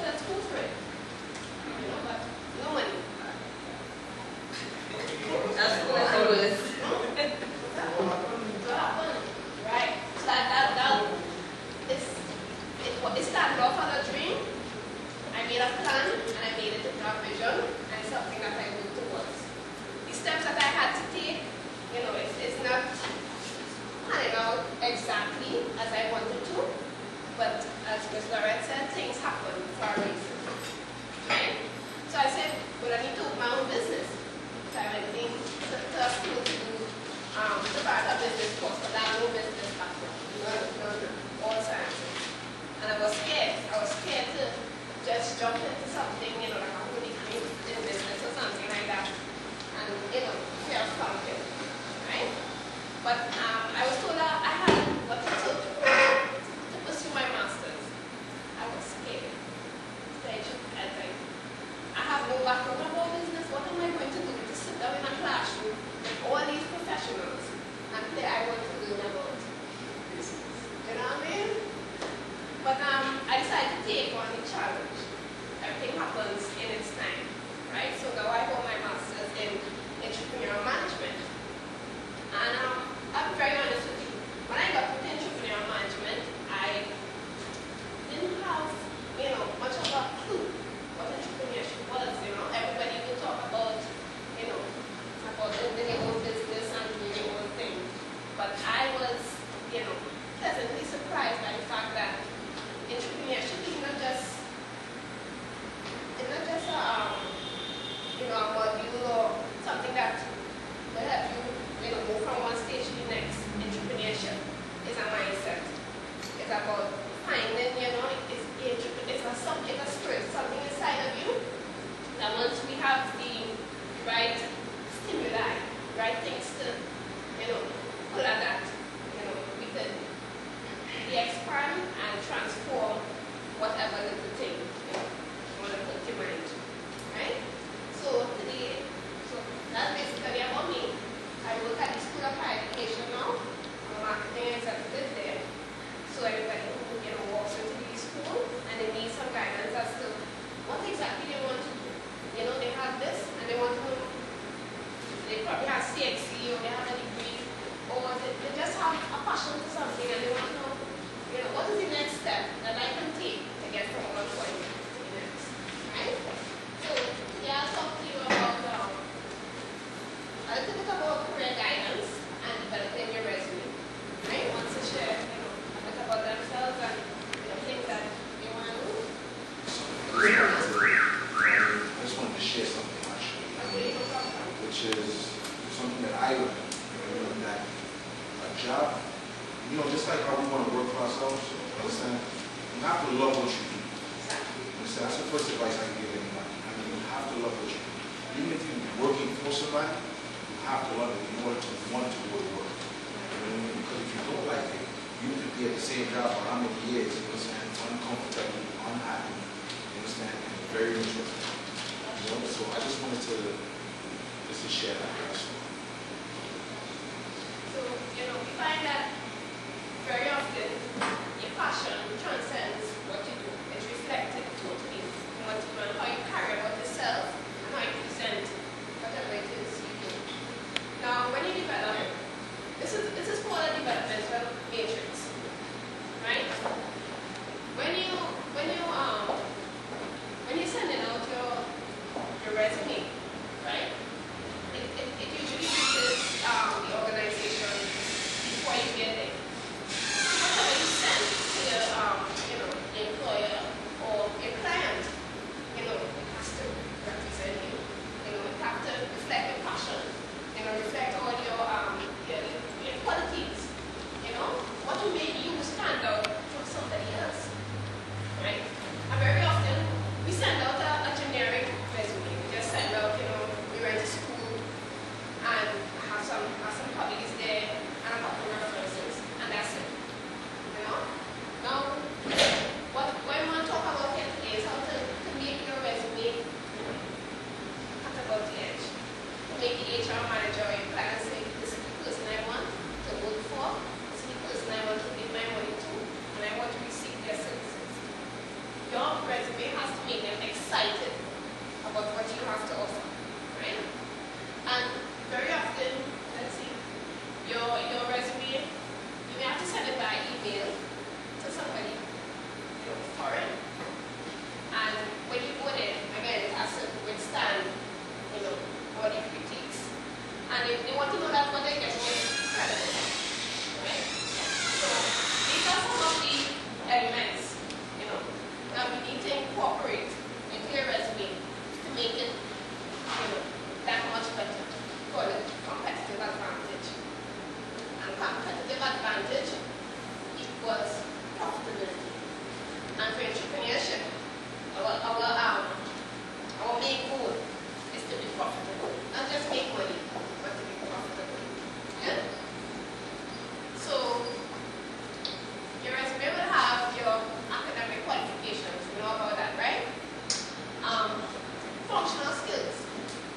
Does anybody know what is functional skills? Like if you get work, Excel, and programs and computer. Right. Yeah. Anybody else? Again, particular, do that, something like Right. Exactly. Competitive advantage, profitability. Right? Then we have contemporary knowledge. Any ideas about contemporary knowledge? It's like this course. Like this course. Yeah. Okay, that's popular. Anybody else? No? Okay, we get to that. We need our social skills and we need our cultural, social functional skills and our social cultural skills. Good?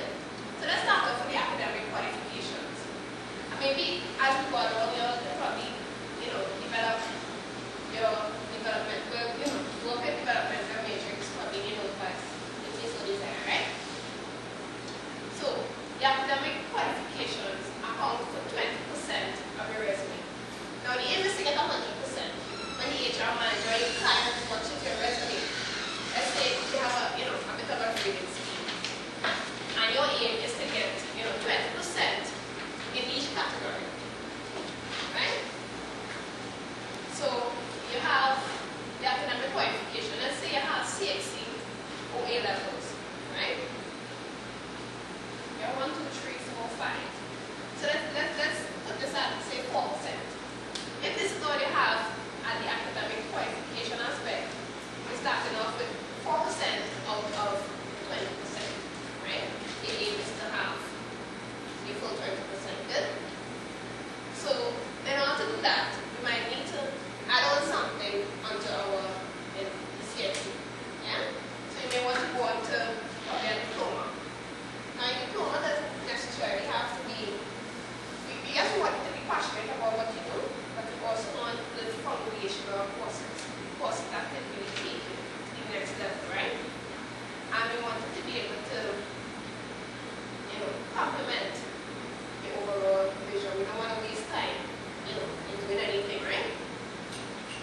Then we can move on to your bachelor's, so you start to specialize in.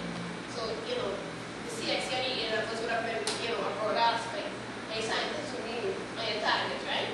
So as you go further and further down, or further and further up, I should say, you start to zoom in on, what you really want to say that you're a specialist, right? Do you have any specialists there? Anybody aiming to be, professional in any particular area? What area is that?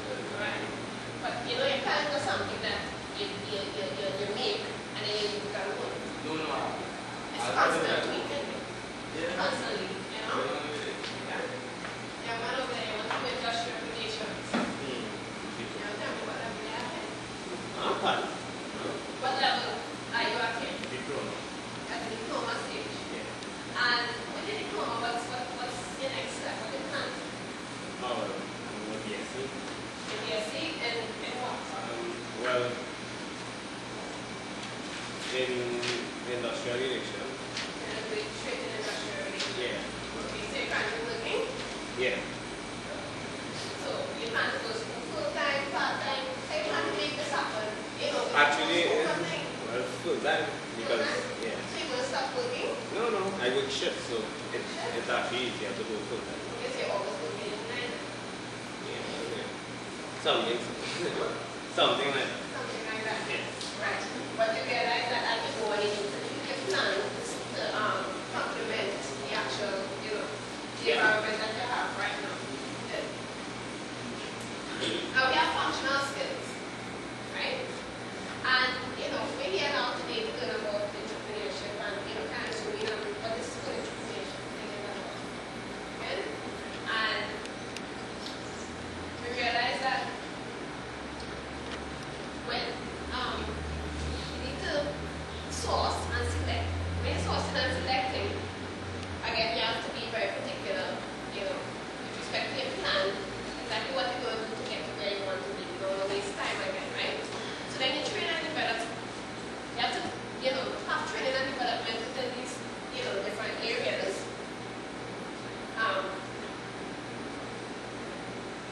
Then you want to take into consideration your industrial relations and your employee benefits. What are you going to get, as an employee that will really make you passionate about? And again, what will you do, or what benefits your employer will give you to ensure that he retains you? See what colleague in there what skill you can bring to the company that will benefit rather than looking for? Well, yeah, you're bringing your skills, but at the same time you want to ensure that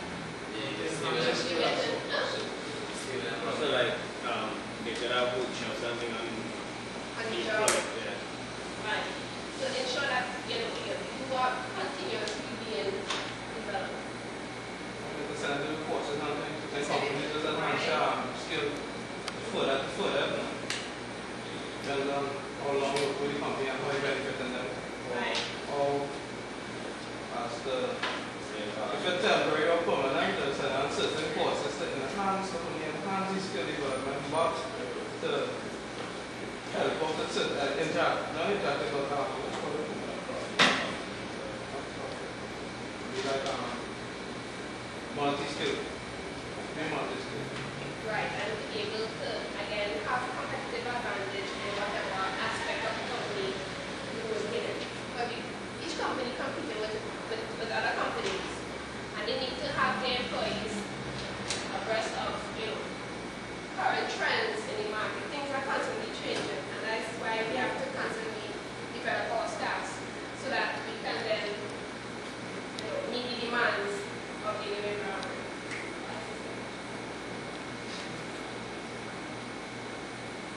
And like an alumni, or probably some sort of volunteer services where you can get that real life, feel, right? Yes. And it doesn't necessarily have to be, for profit. It's just for your knowledge outside of the theory. Certain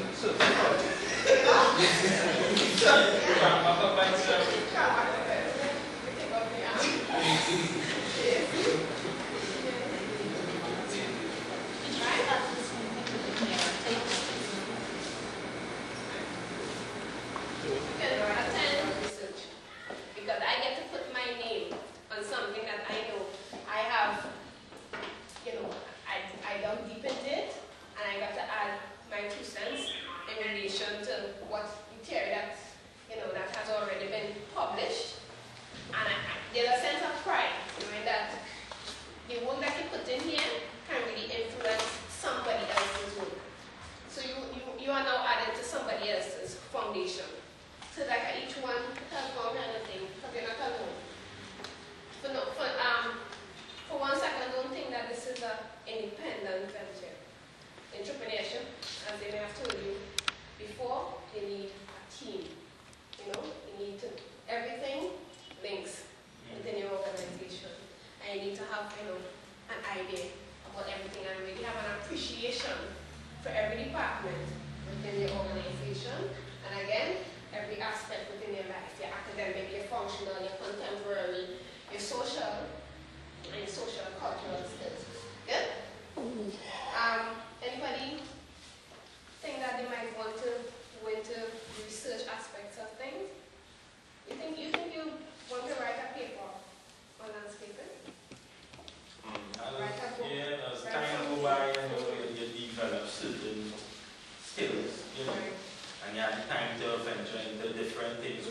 aspect of landscaping, you could.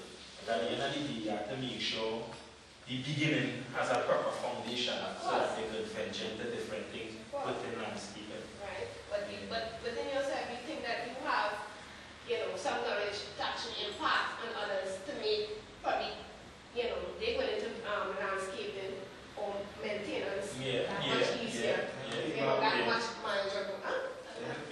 For upcoming. Exactly. And entrepreneurship is not about self. No. It's about creating opportunities For other people. To venture into. Exactly.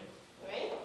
And it's not something you're going to stay in because, you're going to do your landscaping and then you might want to venture off into something else. You diversify and you delegate.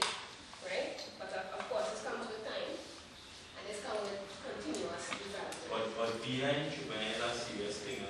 If you don't want to invest in others, you could automatically become a slave to your business. Exactly. And becoming a slave, you wouldn't have time for your family and different things that make you happy. Right. That is why it's very important to teach people the entrepreneur, And you brought up a very good point about being a slave and to your own business.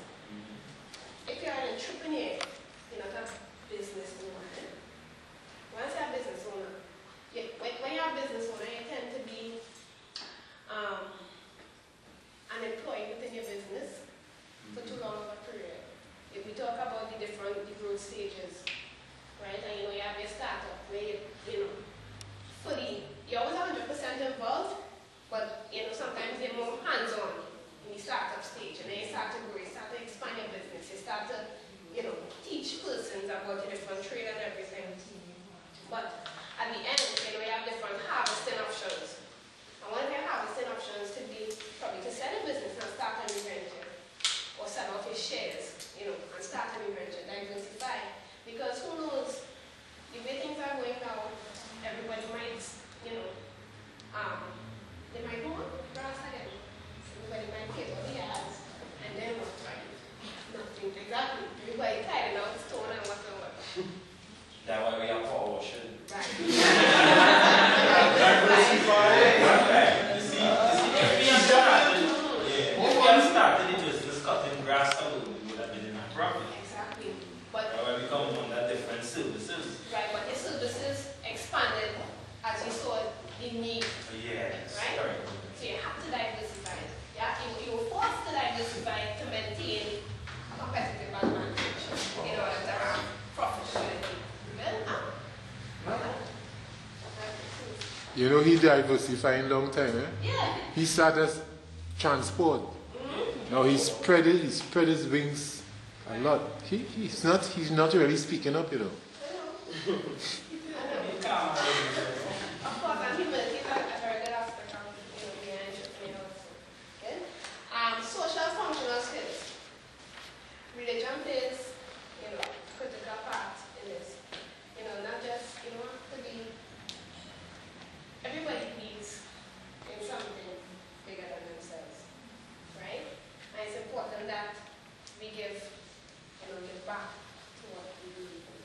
Whether or not we spend time in church, sometimes we may do, charity, and we express our religion in different ways, right? And believe it or not, employers, they want to know, a little bit about your religion. Probably if you're involved in, I'm a Catholic, so I could draw reference to being a Catholic, and they want to know whether you do Sunday school, probably you teach Sunday school, or you're part of the parish that you're part of, or what extra you do outside of work, outside of school, to fulfill that social functional skill, right?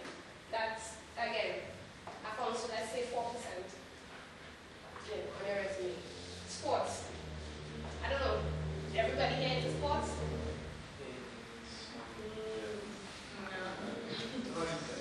No? At all? No? No, what? Time is actually too.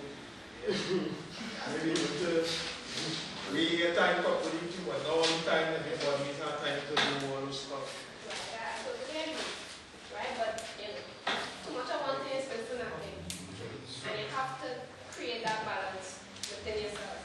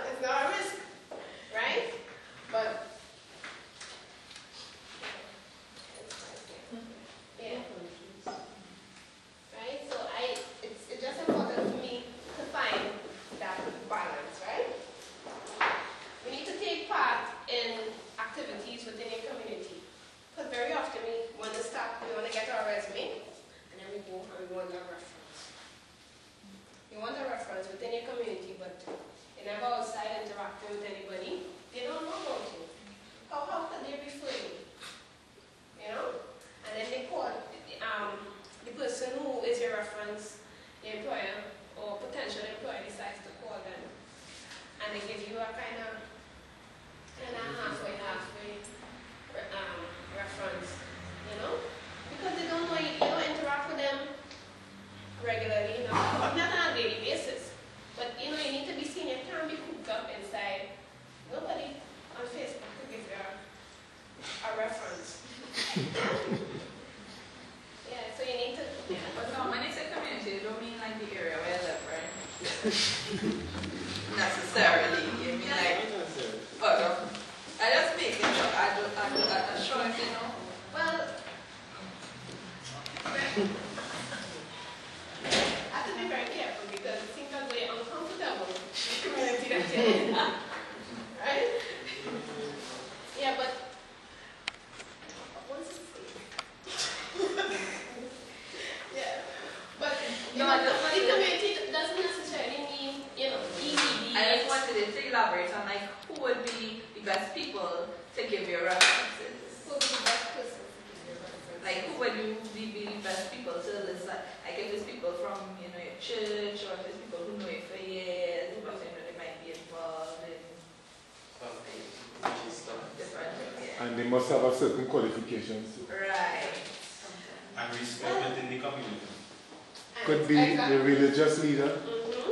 But you have to come outside and interact with them. You have to come outside and go to church. You have to come outside. You know, simple as having manners in the morning, fasting, saying, you know, hi, bye, conducting yourself, you know, in a good manner. Talking to people and, you know, probably giving them advice, being willing to take advice.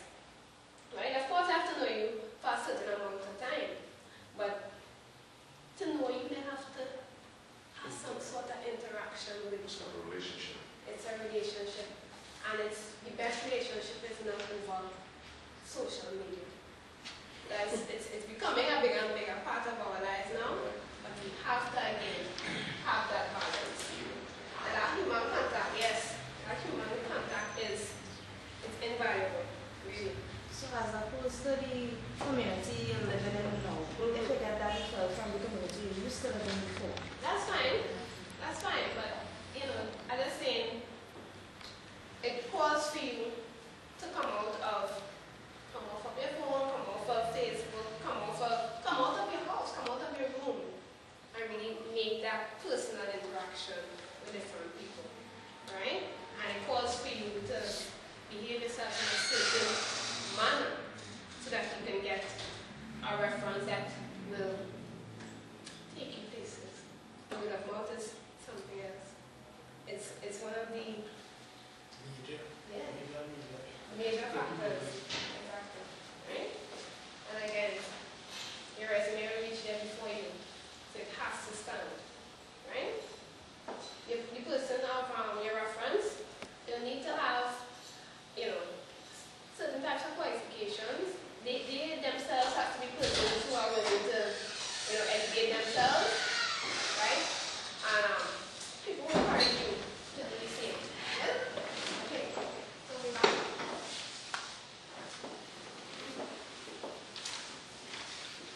Social functional skills. So we down here now. Down to education.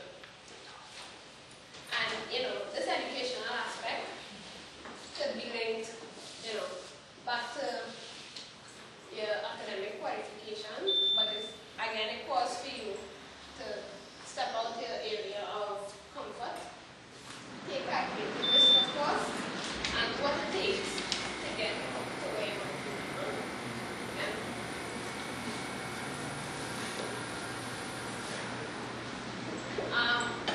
Social cultural skills. Now this is actually my favorite part, because when I did my very first resume, I had this area. But you have hobbies on your resume. Yeah, what's a hobby? Basketball. Football. Fishing. Fishing. One more. Swimming. Swimming. Reading. Reading. Ooh,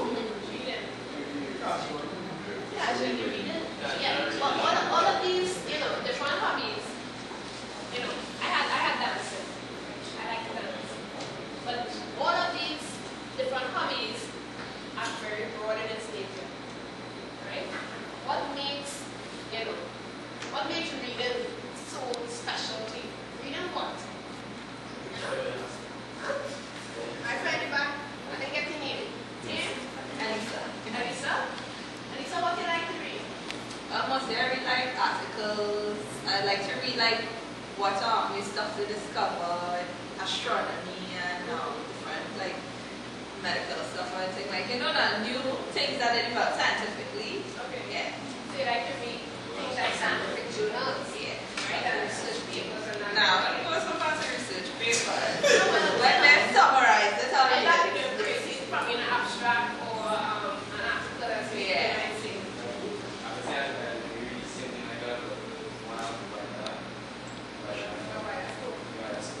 Right. But if we just put reading on our resume, they will never know that. You know? Exactly, you can read pamphlets. Or you can go outside, you can read billboards. Huh? You have to be specific because it's selling yourself here. What making you different from, this young man here, from his spirit, from myself. Right? Some people say they like to travel. Anybody here like to travel? Just traveling, right? Traveling is going out there. Then you hang out, stop in a taxi and meet you to San Is it that you like, you transit from here to San Fernando? Or that's why I like it, like studying. That's listening. Because one might say, or is it that you like the fact that you could get from here to San Fernando to do something that you want to do? Right? So, or say let's say, I wasn't talking about I can't travel.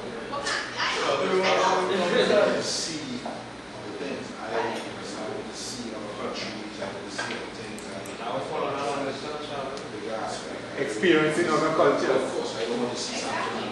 something. Exactly. That's my point exactly. If you put on your resume that you like to travel, I can perceive that you actually like to, open the door once down and just get that short travel. I could assume that. Right? But what you need to put on your resume is that you want to experience different cultures. So you're an enthusiast. Right? You don't actually like getting onto the plane and just hovering there for 4 hours. I don't think that's the aspect of it that you like to talk. Right? So you need to put that into your resume. That you like to, sample different cultures and make cross-cultural comparisons and whatnot, right? Compare what it is like in the States to what it is here. What it is like in Jamaica, how it is here. Yeah? Catch an accent, huh? Yes. Accent? We'll try Not that. a Jamaican. Something. Yeah? Yes. No. Jamaica? Right? How many of us like to cook? Say that you actually like the cooking activity. You like it? But I thought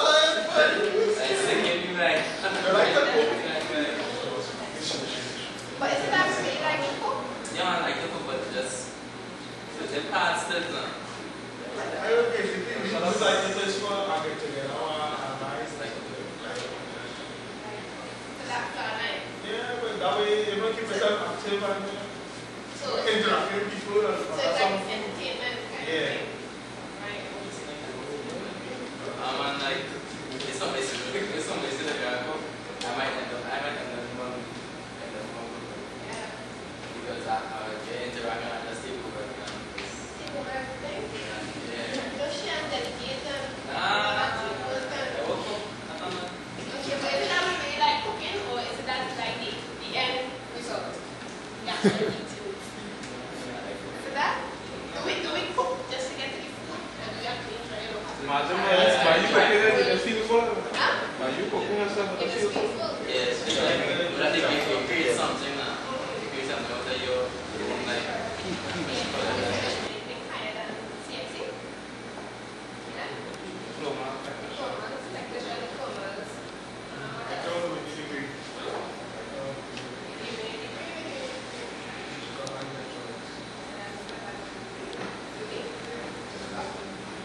Bachelor. Bachelor's. Bachelor's in social media. Marketing. Marketing, bachelor's. Yeah. Okay. Anybody else? Chicken election and container technician. So at the School of Higher Education, we have a number of courses that we offer, right? And what we basically try to do is take it from CXC to their masters in a very, very short 3.5 years. Yeah? Yeah? Their masters? What? 3.5 years. CXC? Their masters? 3.5 years. What? The master is all I mean, that's 6 months. That is diploma, yeah? I did advance, but I use it 9 months. Yeah, advance diploma. Wait, Okay, so wait a minute. electrical maintenance. Yeah. It's 9 months time. But before you did that, what you did? That's from CXC. Right. So you did an advanced diploma in 9 months. Guys, nobody. City and Girls. City and Girls. See, part of the problem with City and Girls now in Trinidad is that a lot of the institutions are doing the program too quickly. 9 months to move in from, say, where you're supposed to be certificate diploma, advanced diploma. It's like rushing it. But with your advanced diploma, let's say you have it and you have the full thing, you can still do a degree in like a year. Yeah. Because I do my advanced diploma and it's 3 years. I write in my exam before that. Advanced diploma in what? Electrical maintenance. What body are you doing it with? That's City and Girls too? yeah. But it's the same thing. It's 3 years. Yeah. The time I write 18 months. Yeah. Based on outstanding performance. Yeah, but you could, like on completion of the advanced diploma, you can finish your degree in a year. Yeah. A lot of persons don't know it. You want to basic knowledge of Yeah, everything. but- And have practical. Yeah, but that's only with your advanced diploma. That's with your advanced diploma. Huh? What we could do, Lauren, is you see, as an entrepreneur, you want to have certain basic qualifications. We discussed that last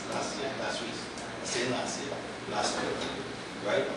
But for you to get proper guidance as to what is the best approach to take, it can't be a broad-based thing. It has to be on an individual basis.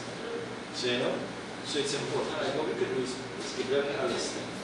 We take, and in terms of, for each person, we do a one-on-one where we guide you as to what might be the best thing for you to do as an individual. Because like you with your advanced diploma, you could do a degree in a year. I do Finish. I do electrical, Right. diploma. Good. So you could now do a degree in a year and finish. And then do a master's in the next year. In 2 years you could finish bachelor's and master's. Understand where you are. But for somebody who may just finish with CXC, they may do their up to advanced diploma, so like maybe in a year and a half. Right? And in a year and a half, well, let's stay with me, please, everybody, you stay with me. In a year and a half, you'll have completed your advanced diploma. And then you can do your degree in 8 months. Something we discussed last week, remember that? Yeah. So that as a budding entrepreneur, what you really want to do is to have your qualifications. You don't want to, I mean, all the things here are very important because as you step out there, as you go out into that world, it means that when you hire people, you want to be aware of what they're doing in your business. You want to be aware that when even though you are alone in this business, you want to be aware of what you're doing. So you just don't want to be out there and you're not sure. That's what causes businesses to crash. A lot of people don't realize it, but you're sitting there and you don't realize your business is going down. Or your business is not growing the way it's supposed to grow. Because you don't have the knowledge of what you're supposed to do. And other people, you see their business just like yours growing and you're wondering, what are they doing? See? You're wondering if they're doing some kind of OBL or something. So you end up by the OBL man trying to find out what it is. Yeah. Right?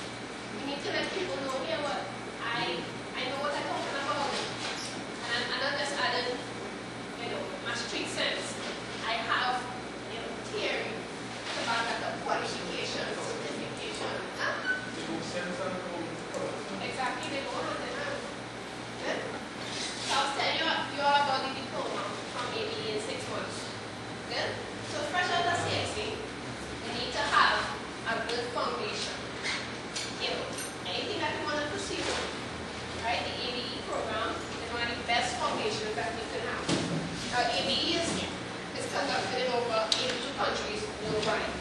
What's the specific? In the event that you decide to migrate, let's say probably 3 to 6 months, it's internationally recognized. But let's say you go away and you end up spending on it. Let's say the first 2 weeks, and you realize, well, you know what, I need to find a way to make some money to probably get back home and continue and stay there.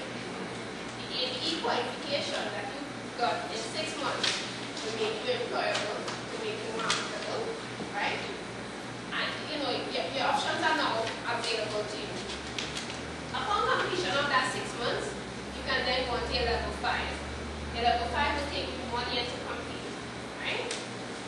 You have 8 subjects to do, and you do them 4x4, 6-month periods. Again, you'll be certified at this level. So you get that continuous certification. So in the event that you, let's say, I know you might be, you'll be applying for a job. In the event that you decide to apply for a job, in 6 months you have a certificate that you can put onto your resume. And then 1 year later, you have another certificate that you can then add to your resume. So the employer is now seeing continuous development, right? This is important. They want to know that you're not just sitting back and you're comfortable with that, with what, you know, the way things are at this point. They want to know that you're going out there and you get yourself qualified, you know, making yourself eligible for promotion, and you will be adding value to that company. When you add value to the company, it will then transpose into profit for you. Good? Upon the completion of level 5, you can then, you know, choose to go on the advanced diploma. The advanced diploma will take you 6 months to complete, but you only have like 4 subjects to go at that level, right? So you reach 2 years. 2 years you have the advanced diploma, but in that 2-year period, you're certified as you go. Good? You have something to show. Like here, for the last 6 months, I have something, you know, it's worth something, yeah. Good? Upon completion of your advanced diploma, you can then move on to your bachelor's, right? And in some instances, if you have sufficient work experience, you can move on to your master's, skip bachelor's altogether. Nobody wants to be in school, right? Nobody wants to be in school for long again, right? Nobody wants to do this school thing for a second time. But if you have other people out there with experience and hands-on knowledge, then who has been in the field, they know about it, they have that practical knowledge. And we just need to now apply theory to it. Right? So we have a master's from the associate, from the AIB, right? Australian Institute of Business, that allows you to take your work experience and, you know, align it with the theory to write the exams, so book exams. Think about that. In 1 year, have your MBA. You can get direct entry into the master's program. So persons who have owned their business. Always see like people is like the classes they're home. And they score practical knowledge, but not good theory. That's all you see them.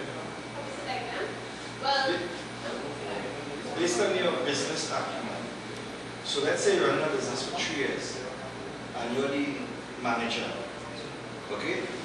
That's how the assessment is done. Based on that, those things that you have been doing in your business and the rules that you have to carry out. Yeah.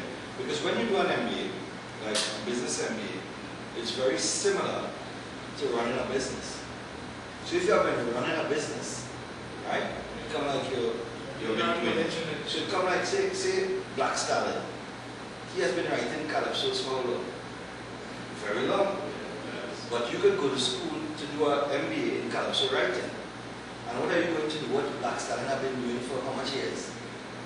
So therefore, some universities say, okay, you have been doing this for 20 years. Nobody can teach you that again. You already know. You can teach people. So they are what you call an honorary doctorate. It's like Sparrow and other people like that. Because they have been doing it. That's what you went to school to learn to do. Then to go to work to learn to do it practically. But this man has been doing it. Which means what he has really been doing is equivalent to a doctorate. See? So a lot of businesses now, what they do is what they call prior learning assessments. So they will look at what you have been doing in the past. Right? Let's say you've been doing something, I've been doing it real good. Okay? Then they may award you, say, credits for that experience that you have. It's like a singer. If you could sing real good, you could go out there, right? Write a song, make $1 million with that song. And there are people going into UTT now, in classes, doing what? Learning to be singers.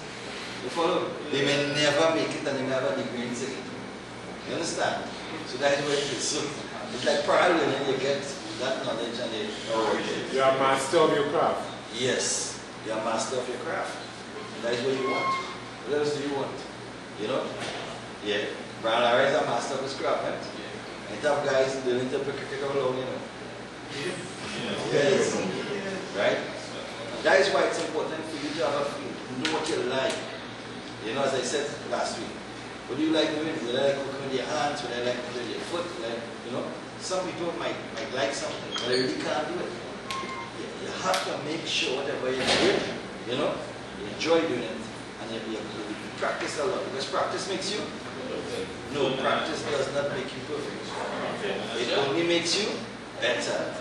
So the more you practice, the better you become. It's like when we talk about Brian Lara. Why do you think Brian Lara is that good?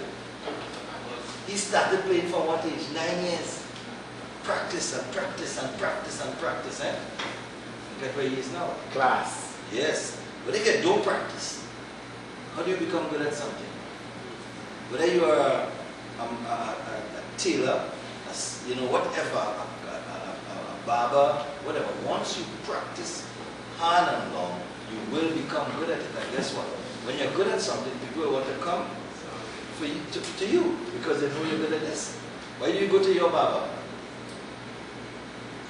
Because you think he just trim you good at? But if he never used to trim you good, if he ain't trim you good, would you go back? That's the point. So that's why you practice at something. And for a lot of persons, maybe they're not good at anything because they never anything. They never stuck to something and say, let me keep doing this for some length of time. Eventually, you will become good at it. Anybody, most persons that you see good at something is because they have been doing it for a while. So they keep doing it over and over and over and over. And the best time to learn something is when you're in your teens, right? When you're in your 20s, when you're in your 30s. Because after that, guess what happens? Because after that, you start to get arthritis. You start to get, you know what I mean? People 60 and they're never too old to learn. No, you're never too old to learn. But at 60, if I put you and I say, I'll run a race, guess what? In their head, they know everything about a race. And they can tell you at the start. I have mindset. Listen to what? Listen to me. I have not saying that again. No. But between a race? Well, if you could show me 5 60-year-olds and beat you in a race, I beat you.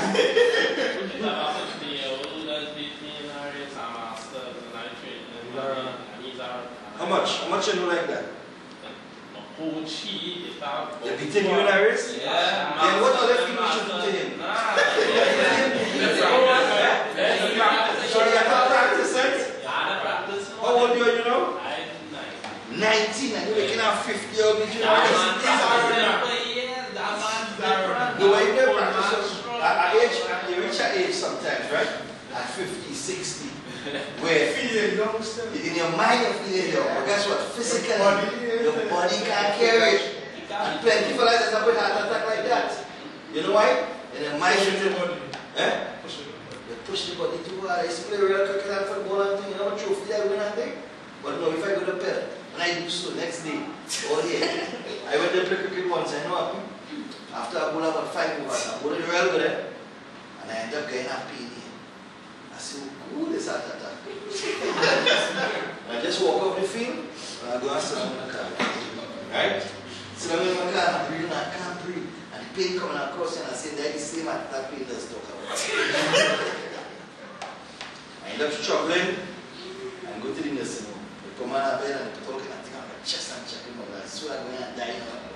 And then the doctor says, it's muscle pain and it's my head. You know why? I didn't play for a long time. Yes, so it will be okay. But he's the exception to the Rude. You running every day too? You running every day? There's the problem. If you are running, yes. See, we come back to proof about practice makes you better. Remember, it's 19, 20. I supposed to be at my prime, right? And if at 20, and I practice it every single day, just like the fellow who is 50 and practicing every single day. And I, at what, 20, make that fella 50 beat me. I want. When you say both, I'm age. What? Who top footballers in the world? What's the age? 20 something. When I follow you 30 something, you can play for Manchester still. Yeah. Peeking out. Yeah, peeking out. Right? All of them. Eh? What is our best footballer anyway? Eh? Our best footballer. We say Molina is our best scorer, right? Kevin Molina. What is his age? Early 20s. Right? What is Dwight York age? Dwight York is something. Nah. Yes. You know what? He started playing at what age? 16. And when he reached 29 in Manchester, tell him, you're too old. Right? All of them do what I tell you, you see? So the question is that while you're young, what I'm saying is while you're 19, 18, right? And you tell yourself half time, that is the time you should be shining. Okay? That is the time you should be what? Really on top of your game. Right? Practicing and getting better. You don't want when you reach 42. That is when what? When you reach 60, now you're making money, and that is when you want to travel. You have to be walking a stick to go back places. You understand? You can't enjoy your vacation. You should be traveling and wanting something. Eh? If I can do it, so I do it, so. Yeah, but you're rather do it when? When you're young. Right, when you're going to meet somebody, you can swim, you can run on the beach. I mean, what I would like you all to take from it, she's saying we need to look at it from two perspectives because of the clientele, because of the people we have here. We have those people who are young, studying, still planning to go into a business, some people working, considering switching, and some people in a business and want to see how to grow. Okay? From this little plan, what we take from it, the fact that we need to have a plan for our lives, and we need to have an appreciation of where we need to be. Mr. McDonald, all the talk and everything he said there in a nutshell is that you don't wait until it's too late. You don't wait until you're 40. While I appreciate the fact that you're never too old to start, but there is advantage of starting early. Then you can retire early. You never stop learning and growing, as Abby would have said earlier on. But by the same token, you need to understand and appreciate what you want out of life, and the earlier you get start. You ever see some people reach retirement age and they're now struggling to get a house, to get a car, to do things. None of us want to be in that position. So it's critical that we start early. We have a plan for our life. And as is it Lauren, as she said, they have a 20%. And I don't want those people who are not really academic, but we just spoke about the mature student. The people who have all the experience, the early theorists in terms of management, all the scientific theorists and all of that, is because they went into business, they had money, and they learn as they go along. So in terms of academics, in terms of you, like Hollis being a business person, the thing is you need to have an understanding as to how do I get my contemporary knowledge. I want to be on the top of my game in landscaping. What can I do? Am I getting involved in journals? Am I not as strong as I am in terms of the computer? What do I need to do to take my skills to the next level? I may want to very well have a conversation with Lauren. I may want to do the AB because I want to have from a practical perspective where I'm taking my business and what I need to develop. Is it me or my partner in business? I would like to get to that level so that they can provide greater support for me. For those young people who spoke about, I want to be a doctor. What is my plan for my life and how am I getting there? I remember years ago when I was getting into the managerial class, and I used to listen to this man, Les Brown, a black motivational speaker. And he would always say, how many times have you crashed your own dreams? I want to do this, but I can't do it. And I think taking out of today's session is that I can be anything I want to be, and if I have a plan for my life and I want to be a doctor, clearly there must be a plan. And as Lauren said, you need to tweak that plan. And there's nothing wrong like, if I have a degree in biology and chemistry, but I decide now I need something else. Because as this situation changes, you need to change. The gentleman here spoke about Hollis, started off as a transport business. And now he say I'm into this and into that. Because as the demand grows and he has an eye for business and he sees an opportunity and he knows he's going on. If you want to do landscaping different, what is this contemporary knowledge? That's what you need to take out of this session. How am I going to be on top of my game? What am I doing to make sure that when I do a piece of landscape, it's better than the competition? What am I doing to make myself so indispensable? So at every level, whether you're into levels and you're looking to do something, take what Lauren said into consideration in terms of the plan for your life. What am I going to do to get to where I want to be? And the courses higher education offer, what are those that I would like to get affiliated? I know we talk to some young people, I know a lot of people don't know programs get approved. I want to put out money, I could get involved and do something, you know what I mean? And I can't do a degree. I say if I can do a master's, anybody could. Huh? I have no special skills, I'm not brighter than anybody. You know, so if today is to boost your confidence, this session, to say that I can be whatever I want to be and I can reach as 5, you not have O levels now. And that's nothing, I don't have 5 O levels, but I can start today. Don't put off what you can be or become because, oh God, that person has O levels, they are A levels, they haven't started degree and they do nothing yet. They start from today. And I want everybody today to make a commitment that tomorrow is a new day and what I have grasped today, I'm going to put it into effect and I'm going to build myself to that next level. Because listen to me, the next thing you get up, you're an old person tomorrow and you remember like I was 16, I was 20 the other day. I was 30, I thought I was old and I was 50 and I didn't do anything. Okay? So did everybody take that much from the session? And if you did, well then we had a very successful morning. In terms of contract administration, we know very well the importance of a contract. It can protect us. So we had a very, very good morning. Would you not? Would you say so? Yeah. Right, and you're very excited about the afternoon session. Okay, so we're going to break for lunch. I mean, Mr. McDonald was very busy this morning, but he took his time to come here to have this little talk with you, and I'm sure you appreciate it. It make you laugh. It kind of break down the tension in the morning. We didn't laugh so much before he came, right? And I mean, you had to, he trying to challenge you to be that old man in the race. Yeah, you must catch him. So you don't take that, you ain't catching him today, but tomorrow you don't catch him. Next week you're going to catch him. Right. No, he could pass him. You have a plan of action and it goes back to this. What is your plan of action? Just to document say that I'm very pleased that you're participating. I think this is a wonderful course. I personally believe in something called the BSc, which is what I call the behind the store counter degree.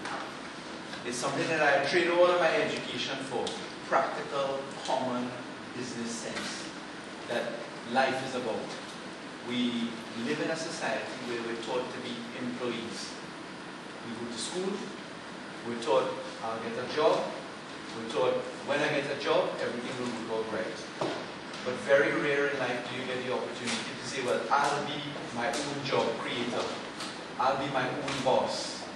And when you look at the United States of America as an example, you will see that people often say, rags to riches, bust the boom. But everybody has an idea, and they have a creation for a business. And there's some great examples of businesses that are born out of nothing. Are these doubles? Think about it.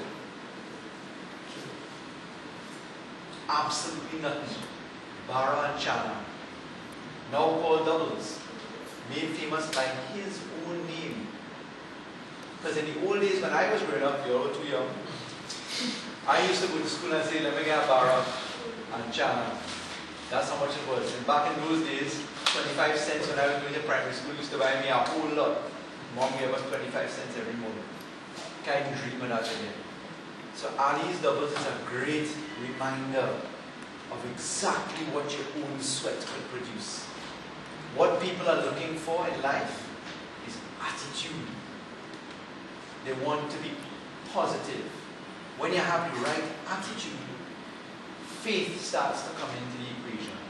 And when you have trust and honesty, success is yours. There's great business opportunity in things that people don't even think about. We look at people who work in the home, domestic helpers, kind of look down at that. But did you think about it? The guy who wears a jacket and a tie, who goes to work for $5,000 a month, has to pay taxes, has to turn up to work. But the guy who's working at home for somebody, cleaning their yard, working in the home, earning a couple $100s a day, take a couple $100s a day, if he's doing 2 places, multiply that by 6 working days, and multiply that by the number of weeks in a month, he's actually earning more than somebody who's employed. Now, if you were to take the attitude of having pride in what you're doing, who really living a better quality life? So a job isn't everything. What you can do with it is a huge seller. And I can tell you as an employer, I'm working in places that employ, I met the fellow who started Sandals Beach Resort, a fellow named Butch Stewart. They are the world's most successful hotel in their particular industry. And they're renowned for their service. And I asked him, I said, Mr. Stewart, how do you get, people say Caribbean people lazy. You go to the United States and they think they're better. You go to Europe, they think they're better. How you get this experience to be the best? 21 years in a row they've won the trophies and rewards and awards for their industry. He said, because we hire people with attitude. And the only time you want to hear that there's a problem is when you say, no problem. And that stuck with me. I can tell you this. In Port of Spain, there's a guy who comes and cleans cars. And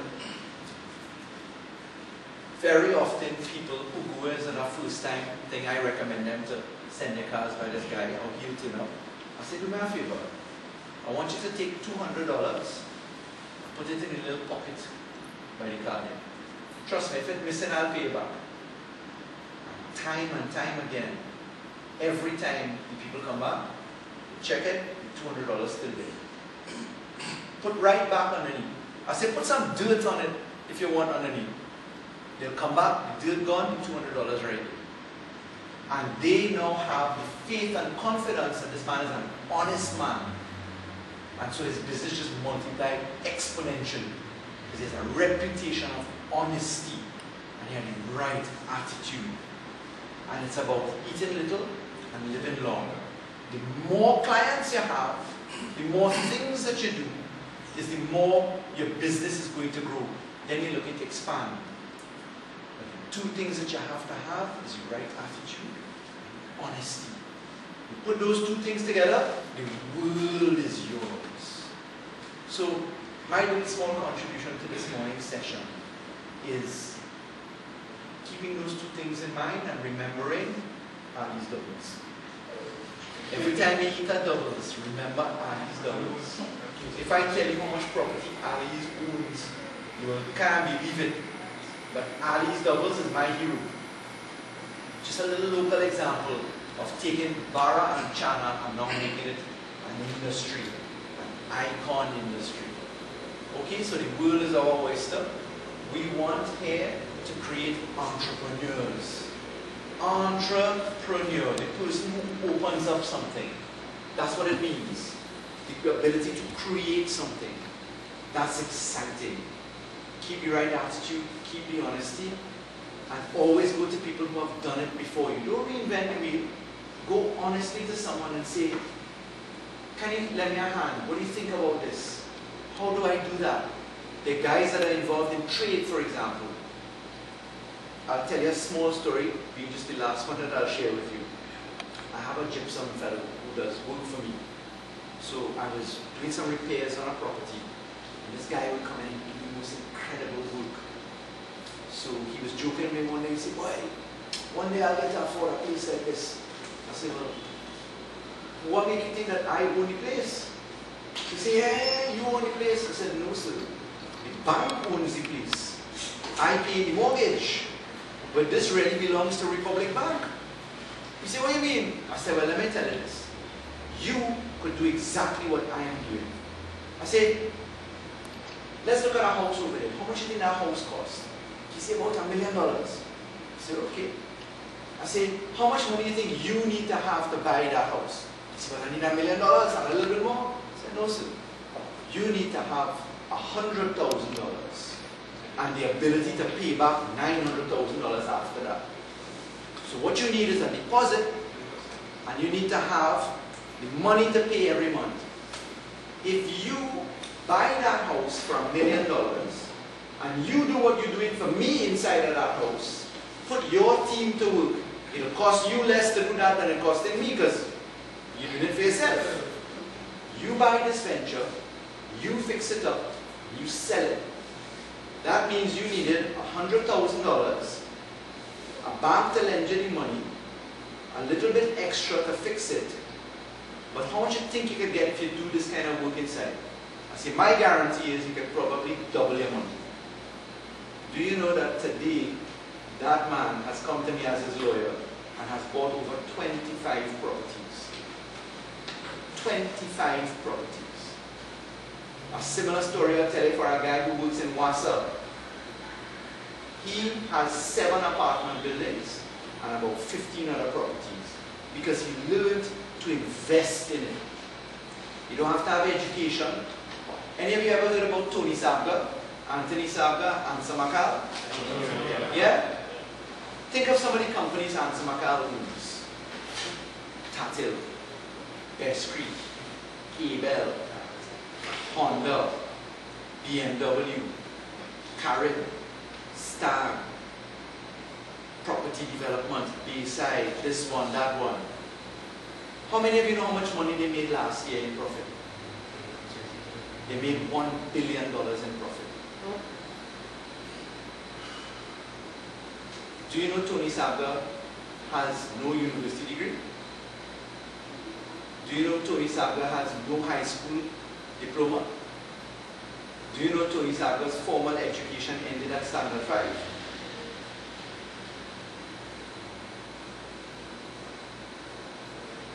Think about it. That's the behind the store counter degree. That's common sense. That's trading. The beauty about schools like this is that you get to learn how to avoid mistakes, because mistakes are expensive. But once you're honest, and you have the right attitude, you take a little advice from people willing to give it to you, the world is yours. The world is yours. There is no instant money. You have to pay your dues. You have to catch your tail. It doesn't start automatically. You have to pay your debts. You have to build a reputation. And when your reputation builds, the business begins to come at you. So be inspired. Have faith. And the last phrase I'll end with is something that I tell career guidance all the time. So my dad is Arab, my mom is Indian. So I grew up speaking Arabic and English, right? In Arabic, there's a word that sounds a lot like an English word. It's called jahash, right? And the jahash is used this way. If that jahash could do it, you could do it too. Right? So you can guess what jahash means, right? It's what I call the jahash theory. If that jahash could do it, I could do it too. Think about it. Nobody better or brighter or smarter than you. It's a matter of time.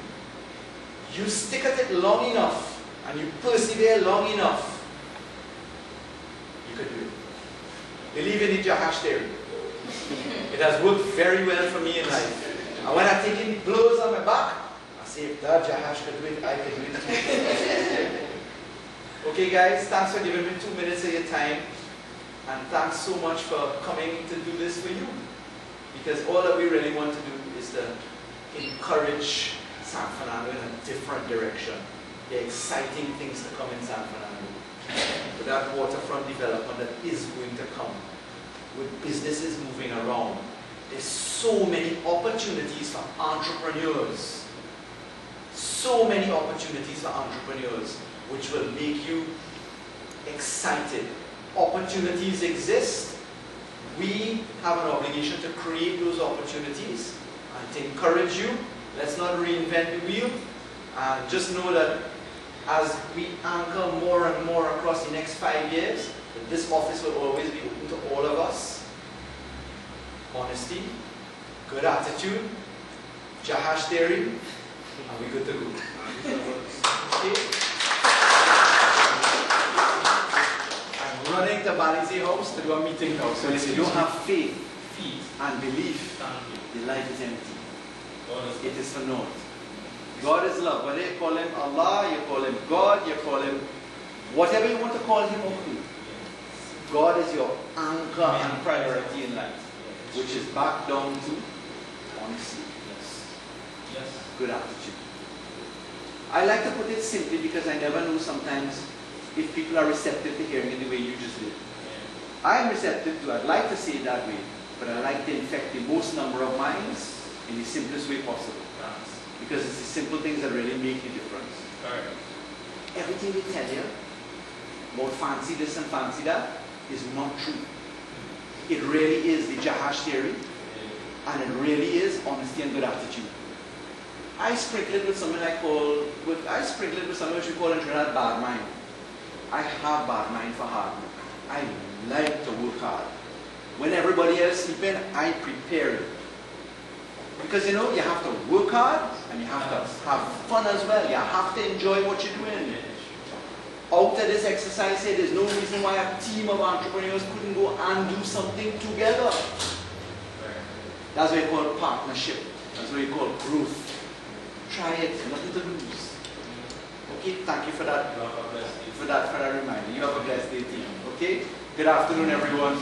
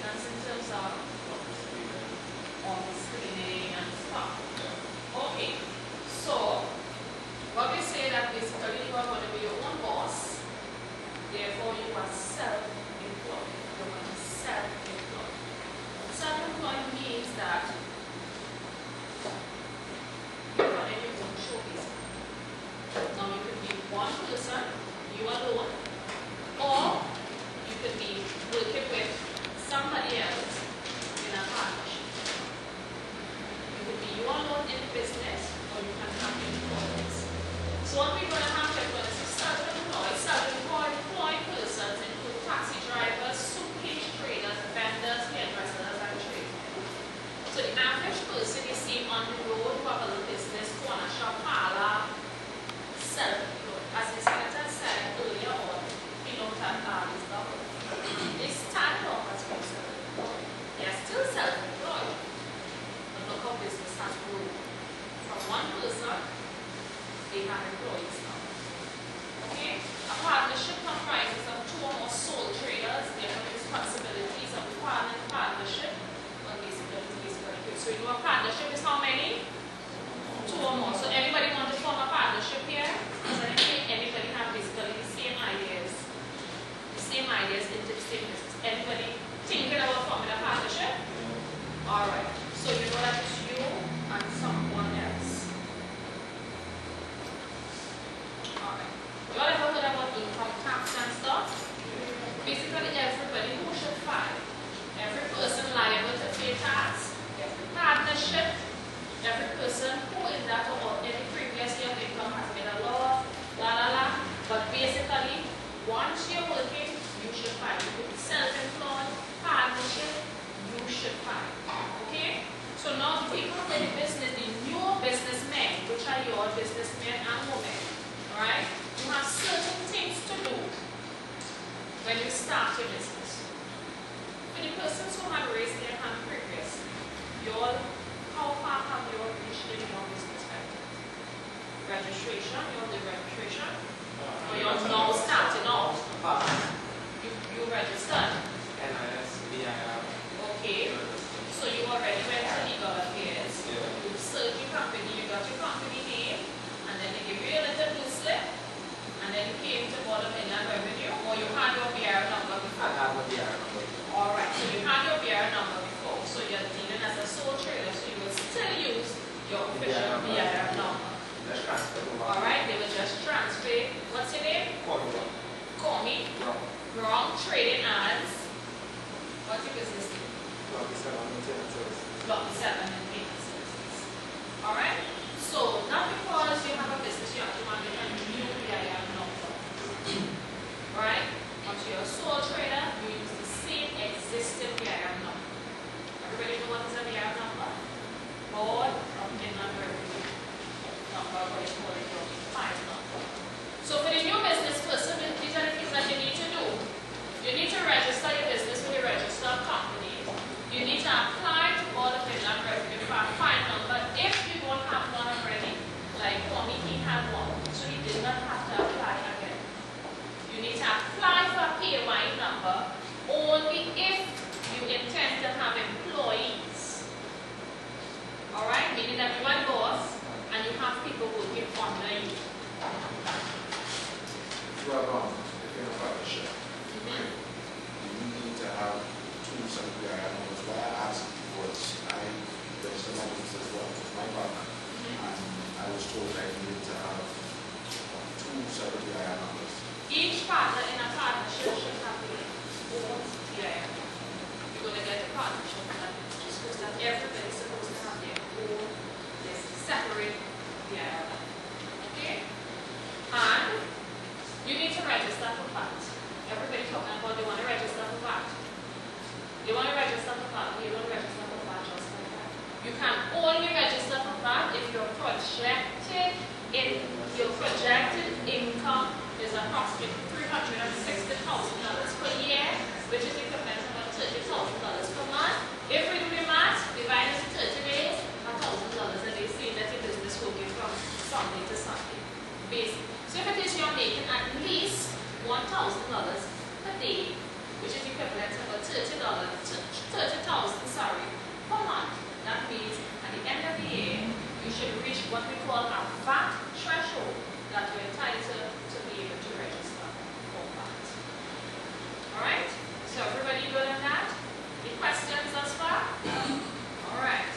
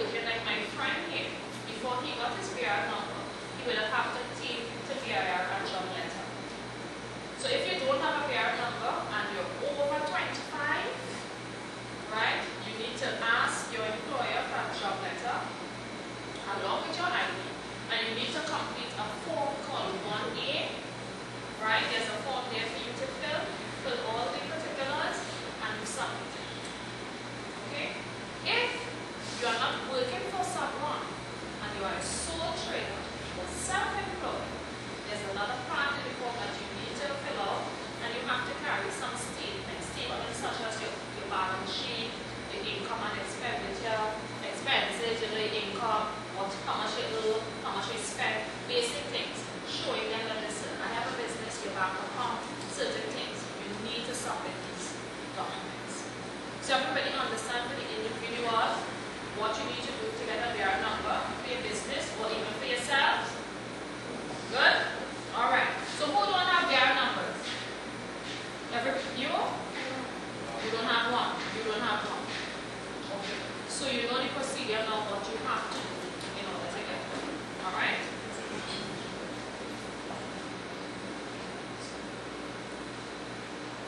Partnership. My friend here, you must complete the form section B for applicants other than individual. You have another form section B, A, B, and C. Names and addresses of all partners. You must have the name and addresses of all partners, evidence of BR number for each partner, and copy of the certificate of registration when you have registered your company with the legal affairs. Alright, so that kind of clears it up for you. If you have 10 partners, if you have 8, you have 6, every one of them should have the individual BR. If they don't have it, they have to go back from the steps that we spoke about, how to get a BR number. Get the BR number and then register. Then register your partnership. Okay? Any partnership agreements, if your business was existing and you now came into the business, but if you have any outstanding tax returns from years gone by, people don't like to file the taxes. We're very we don't like to file taxes at all. Right? You have to bring all these things up to date. Also, in addition to individuals, right, who may have their number and now looking to move and say, well, okay, I register a company and I'm going there now to have my business in order, they will ask you to file out. We will ask you to file all your back tax. All your returns for the last 5 years that you didn't file, you need to get it up to date. So just a word of warning, don't be frightened, but it's the best thing to do. Because later on in life, when your business starts to grow, as senators say, like Annie's, you will have everything in place. You can then now go to the banks and get big monies, right? Loans, everything. So just make sure you have that part in order. Alright? Companies. Alright? Now for the company, we have the same form just as the partnership B and C. You must submit your original and copy of certificate of incorporation and letter from legal affairs, original and copy of your notice of directors, original and copy of the notice of address, and any outstanding utilities that you will have. Okay, so are we going so far? Am I going too fast? Alright. Everybody talk about registering for VAT. So, the business owners here, you ever thought since you registered the business and stuff, you ever thought about that? What do you thought about that? Huh? Yes, you can, that is fine. You can just want to charge back because everybody's saying back, and then we buy these fancy bill books now that have 50% back. Yes, and we just write in the thing and think we're doing the right thing. No, they will come for you and lock you up. They're going to come for you and lock you up. You must have first, you must be able to be registered for that. As I said, you must be making at least 360,000, which is equivalent to 30,000 per month. Or if you're working Sunday to Sunday, let's say $1,000 a week. Alright? Once you have that, you can apply for your VAT number. You have to fill out a form, we call it the 18001. You need to sign and date, original and copy, passport, ID card, driver's permit, the certificate of registration of the trade name, and acceptable evidence of income and trading. Acceptable evidence of income and trading is that I cannot just start a business and say I will and register for VAT. No. When we come out there and we check your books, we need to see what you have been doing for the last couple of years. You know, there's some tricksters out there, right? Yeah. So, we need to see all your invoices from all your purchases, because you must have, when you have a business, there must be things that you will purchase. So, you need to keep all your invoices, and then we need to see from your cash bill, depending on if you basis rate or how much sales you get. So, we must see all these things. We must see things, what you buy from the maintenance man. If you buy mops and brooms wholesale, we must see the invoices, we must see certain things to know that, listen, there has been trading activity.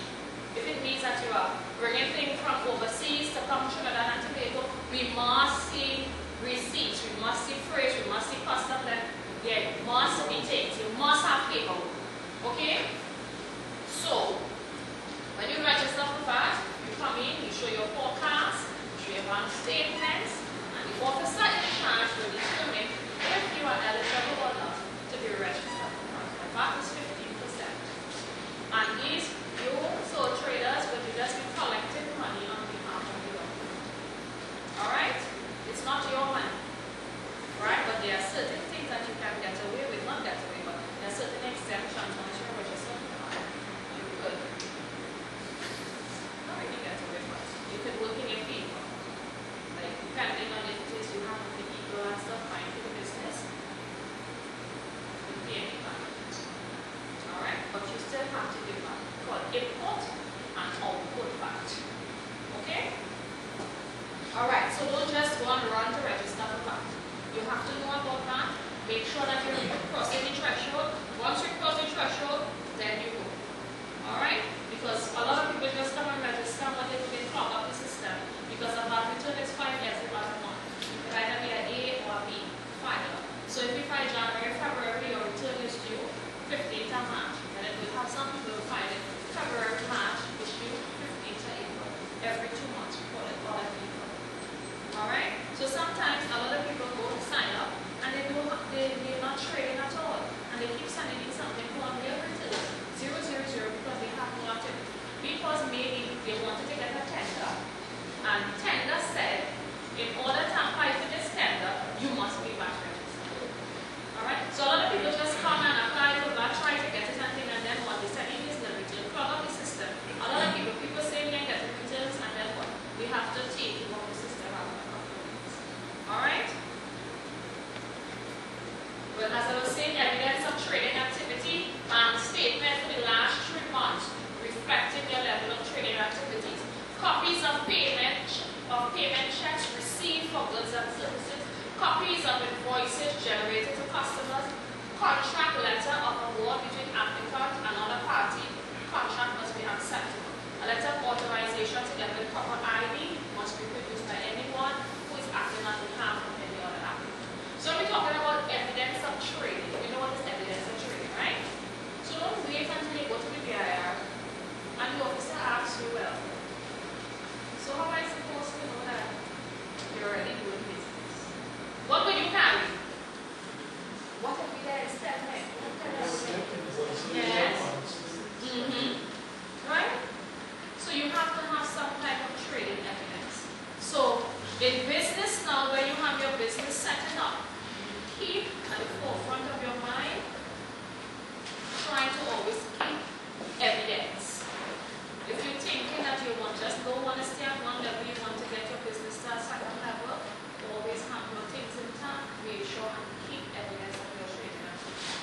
Okay? You don't just have a fly-by-night business. You want to have what start from Hollis and expand.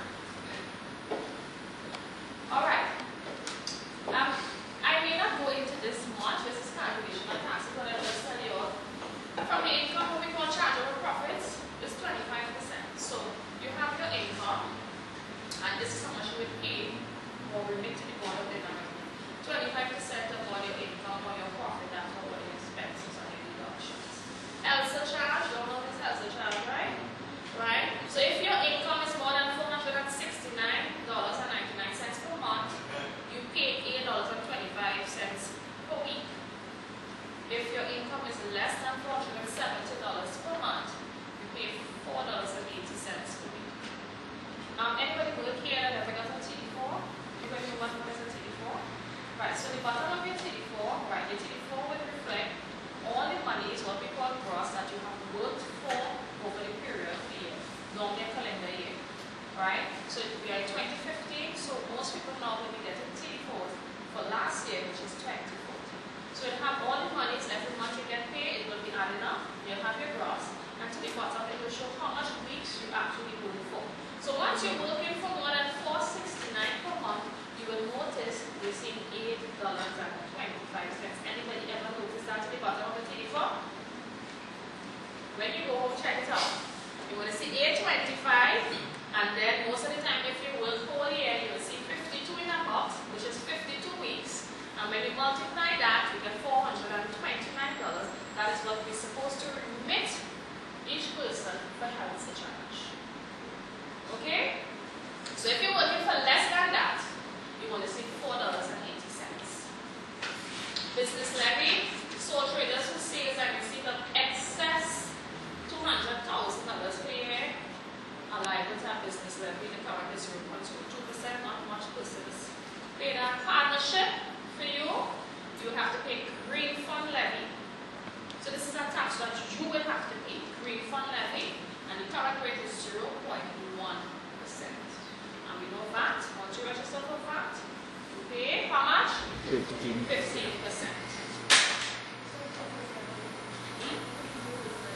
Business levy is certain companies pay business levy once you're in excess of $200,000. That's a special tax that you have to pay. So initial contact with the Inland Revenue Division. So suppose you're both next week now, you want to register the business. We already did registration, legal affairs, right? So we went now and then the officers had to talk about what is your total income? What are your allowable deductions? What are your chargeable income? Are you an employer or employee? What is your emolument income? What are you going to know about your life? What are you talking about? Alright? So what is total income? What do you think is your total income? Huh? All the money you receive? Yes, that is your total income. What is allowable deductions? Hearing something? Alright. Any deduction that is allowed under the Income Tax Act in Trinidad. There are certain deductions that are allowed. Alright? Chargeable income. After your income and all your expenses, that basically like is your profit.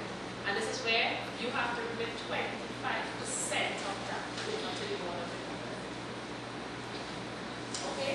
I see what's so like meaning that they're taking all time and money. Yeah?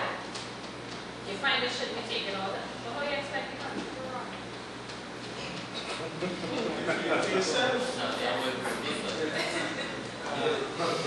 Employer, everybody knows who's an employer and who is an employee. Emolument income.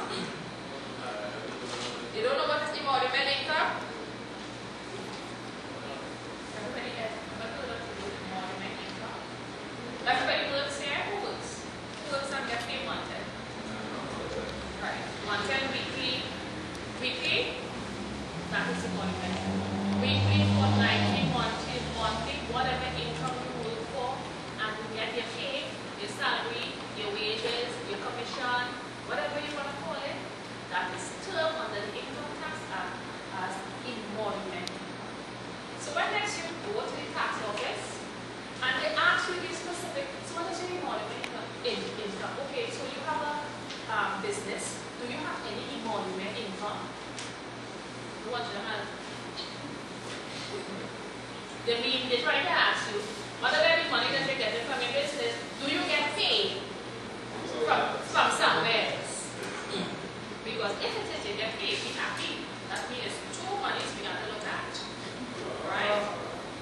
Right? So you need to come, know this is the right way that you do things. So what we will do is put the two amounts together and tax. That is the proper. Now everybody laughing. We have benefits for you in this. Every time.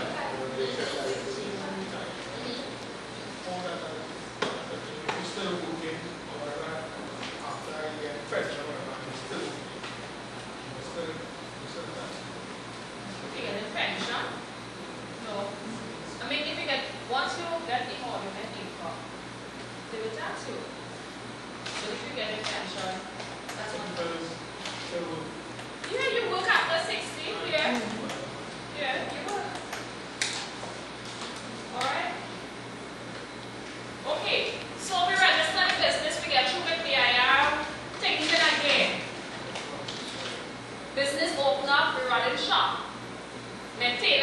going out, then you have to get a PAYE number because you have employees.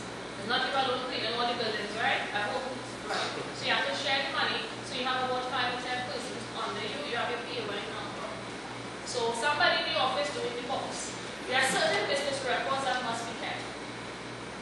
And you need to practice this from starting a business presently.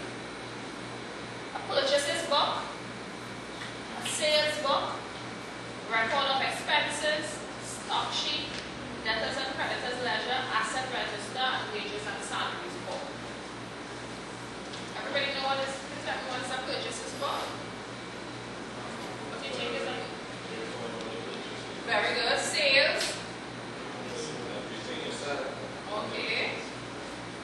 Record of expenses. Expenses. Okay, so yeah. So in your other than no, but you don't have expenses other than purchases. Oh, you mean like bills like yes. Yeah, you purchase. You still have stuff to pay. So how the business operates and how you still have other expenses, right? Rent, if you have to rent a business place, right? You have to pay rent, so all those things are expenses, right? Your stock sheets, basically that is everything. To monitor what stocks you have so you can replenish them. Debtors and creditors ledger, who owe you and who you owe. Asset register, all that you have. All your assets that you own in the business. That's the asset register. And wages and salaries book. Everybody knows how much money everybody gets in. And from that now, you have the calculation from PAY. Once you cross $60,000, tax supposed to be. Because what the government does, you are allowed $60,000. It's allowed for you. And once you cross that, you are supposed to pay 25%. Okay? So you can work with $60,000 tax-free. Anything after that, it's 25%. So if you work with 60,000 and which would be the $1 would be some cents, and we don't really tax anything under 100. We don't need to do that, so it will be some cents, which is very. The amount of people you have to take to do that, the amount of labor you have to pay, the amount of paper, it will come out to more than the cents. All right. So it's not economical to do that. All right. So sometimes you might find some people pay a lot of money. When you hear your parents and your aunties and they're talking, look how much money the tax man charge. Well, they don't know it's plenty of money they're looking for. So they can check them, right? Because they're looking for over $60,000, eh? Huh? What's that? Yeah, but it's over 5. So when you hear they start to talk about how much money the tax man charge me, it means that you're looking for a substantial amount of money for the tax man to charge you. Only 25%. So you know that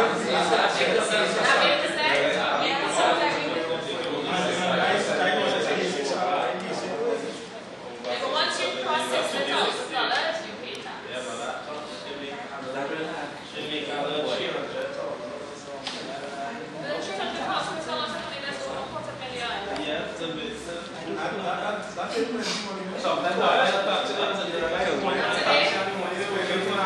So what you're feeling, you should just live and don't pay no taxes. You know we are very fortunate in Trinidad and Tobago because other parts of the world their tax rate is even higher. Even higher. What's that? the allowance is what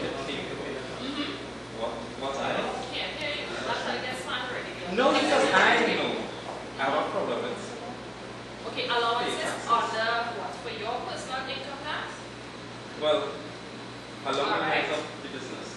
Okay, for your personal self, if you have tertiary education, once it's not data approved and it's outside of Fernando, alright, if you are divorced and you're paying alimony, So if you're educated outside Trinidad, yes, right? How much allowance do you have for that? It's amounts between 18,000 30,000. Between 18 to 30,000, right? First time homeowner within a bracket of 01, 01, 09 to 01, 012. Yeah, 01, 12, 12. Meaning that if you acquire a house between a certain period of time as a first time house owner, you can pay back taxes for that. Alright? But sometimes what you will find happening every budget year, the government will adjust, put something new, take back out something. So every year you have to always be vigilant. Okay, is the pay. What is new? What can I claim for? Or what is not there anymore? Right? How long after you own a home you can file back for this tax? Once you're in the period, the next year. Next year? Yeah, once you're in the period. Right? Once you're in the period, next year. The next income tax year. Alright? Good. So, we keep it on the books, our records, sales, keeping everything good. In a good condition, the law requires every person engaged in any trade, business, profession, or vocation to keep proper books and records of accounts, including records of annual inventory and stock. These records must be kept in English and must be kept in the place of business or at the residence of the proprietor. If the proprietor finds it necessary to keep his records at a place other than his business place or residence, he must seek approval before he moves his books from the Board of Economic. The board will not give approval for the records or books of accounts of a business to be kept in any other country than Trinidad and Tobago. Now, being a field officer, what I have seen, sometimes people go to businesses and people try to evade taxes. They know that you are coming to do an audit or to check, do an investigation. They don't have to go stay. Sometimes I have experiences of going to places, and some taxpayers have these books. Sometimes you have to go in containers. You have to wear boots. You can't wear shoes. You have to go in dusty places. Sometimes they don't have no light. Sometimes all the books are strewn all over the ground, and they're telling you have to go and sit to find what it is you want, what you are looking for. So please, I'm begging you all, new businessmen and women, keep your books and records in order. That for kind of safety purposes, because people working for you could be tampering with it also. So I say that they are trying to pay taxes. Yeah.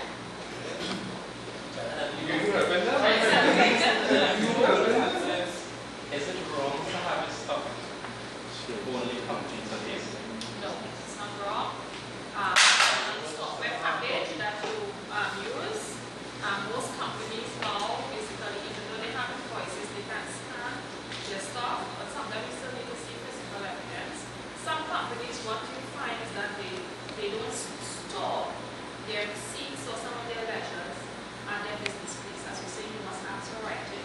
They would send it to like a warehouse. And what you will find that if we're going to do an audit also, when we ask them, when we let them know that they are coming, they will have to write the warehouse and request for the books to be bought at the place. And I mean, these are larger companies. But really with a small business, keep your books with you. It's required by law. You have to keep your books with you at your premises. Don't send it by Tanti and then don't send it. That is what I to do? No.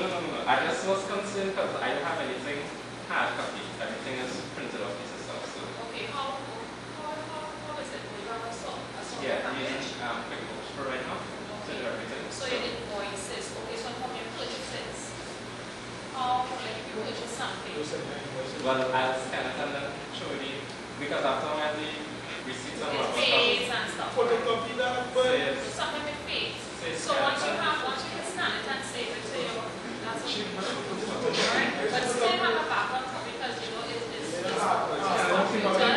You know what you could do is buy those big binder holders, big ones, the big rings, and you punch your holes and you put them there in a date order. Come right up.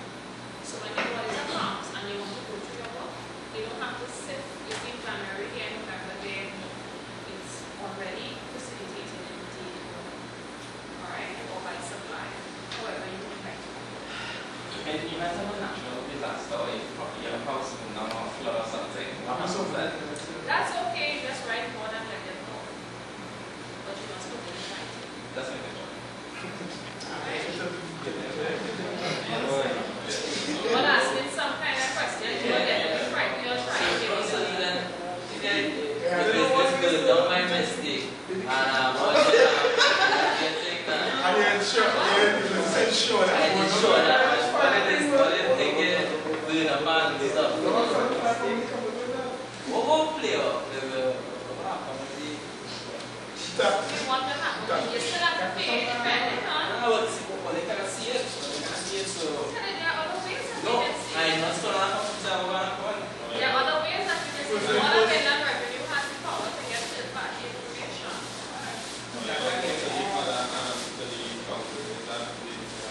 Yeah. We have the power to get third-party information without you even knowing. So no, you can lie to us, no problem. But if we're trying to go further, we have the powers to get third-party information. We can write to the bank and see all your stuff. Alright?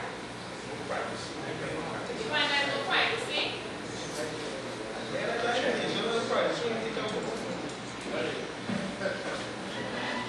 Alright, so remember we were talking about income?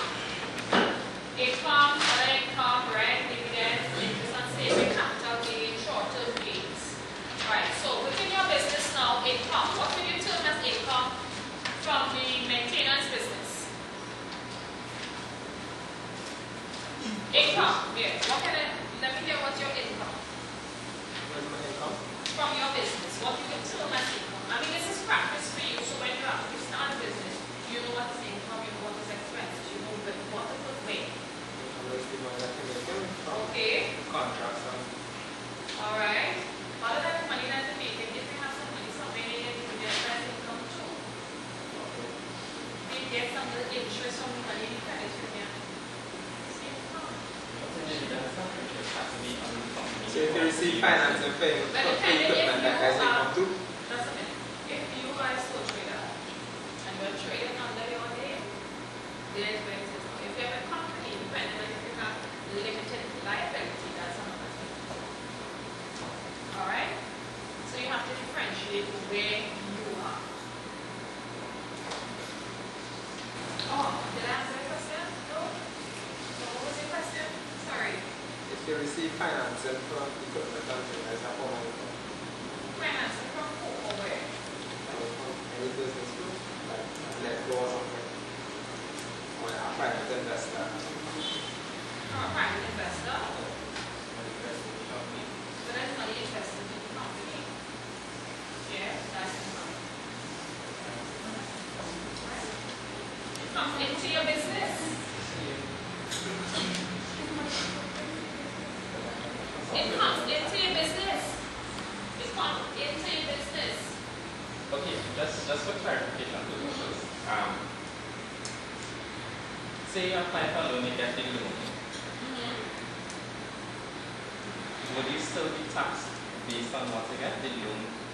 The loan, no, you will be taxed. You have to, depending on how you put it in your Books. And records. Just a Alright? It's how you put it in your books and records. You will be taxed on that. Okay? What's that? Alright, so expenses. So we know what are all the incomes. Everybody would know expenses. Everybody would want to claim with everything. All the expenses. Send down your income. To send down your profit. Because your expenses now is more money than you actually make. Then what's going to happen? Let me hear what business person said.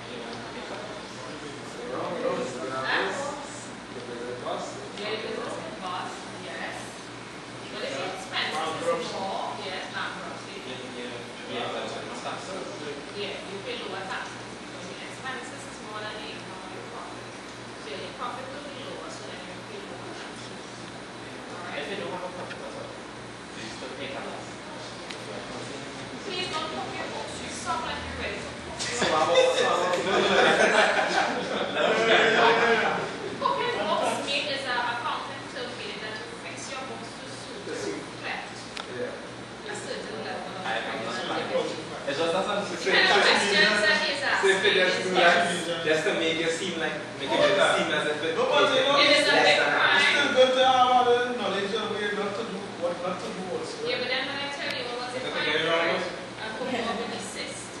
And how That much years in jail?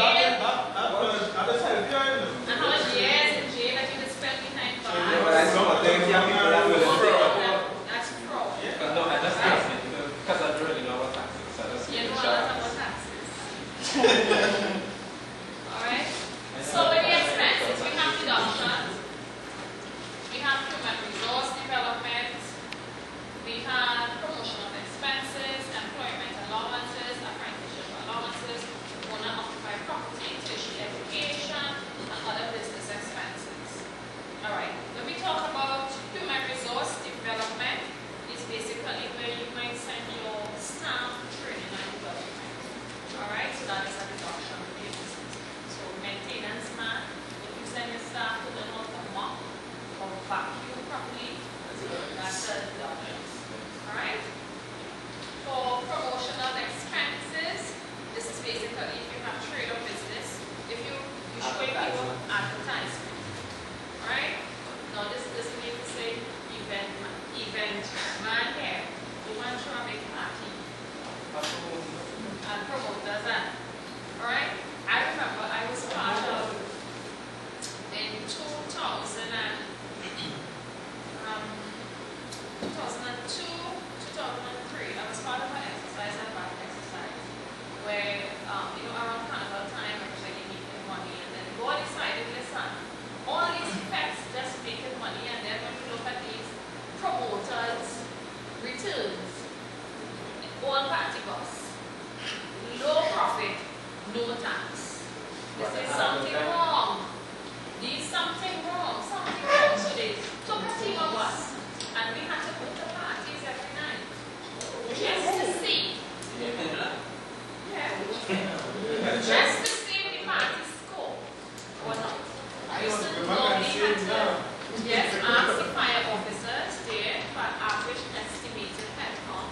And we would get a ticket, copy it, and try to do the maths. So at least we can see what's the income you're supposed to be reporting next month. So every time the income started to come lower, and we were there, and we actually saw firsthand, and we would let you know that we're coming, because you will have to give us the passes to be there. So we came to monitor. We monitored your event, and what happened is that what we found is that So no, they're coming and still here are low average. some of them though. What you found after our presence being paid, their return started to improve. So if we said they was making just $100,000 before, you started to see $200,000 and $300,000 coming, just because they know the presence was there. Yeah, but still, at least we still got something. Alright?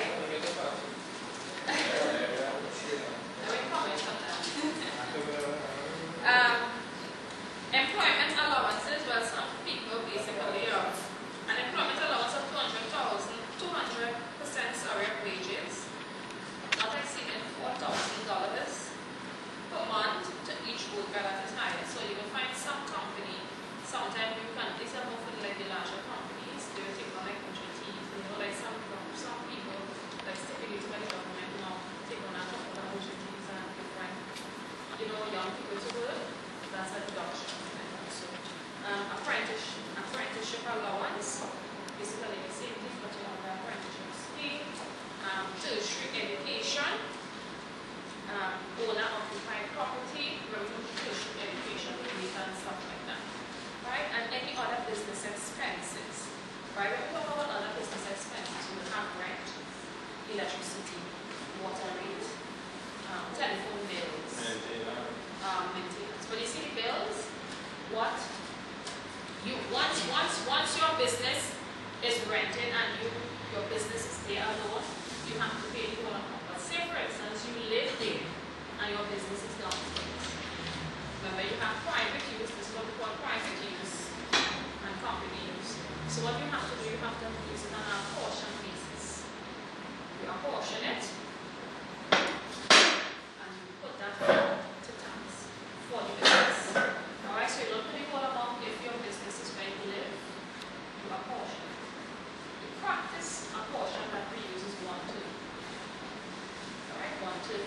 return basis.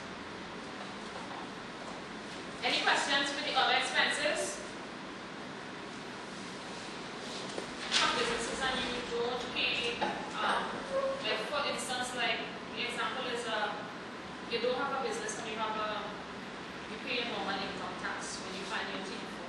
You would have to say, hey, if you have to pay your income taxes like this, you work up to $60,000, you won't get tax. Anything after $60,000 will tax. But sometimes your employer may not calculate the right amount of tax. So say for instance, you were supposed to be taxed $1,000, right? $1,000 for the whole year. And your employer only took out, for some reason their accounting system kind of fluctuated and they only took out $600.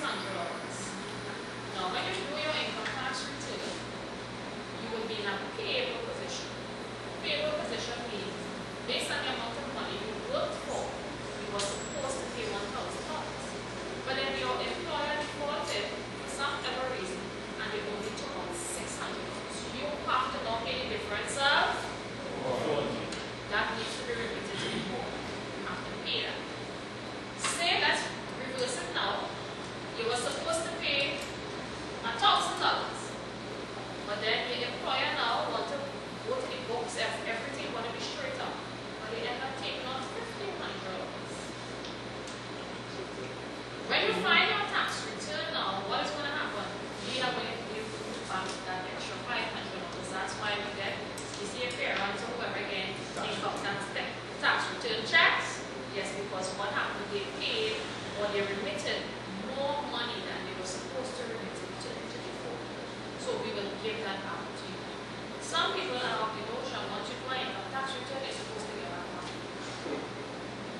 Some people come and when you tell them, no, you don't have anything to get back because what you work for and the amount of tax you pay worked out to zero, meaning that we don't owe you, you don't owe us, you don't owe us, they are vexed with us. You might ask them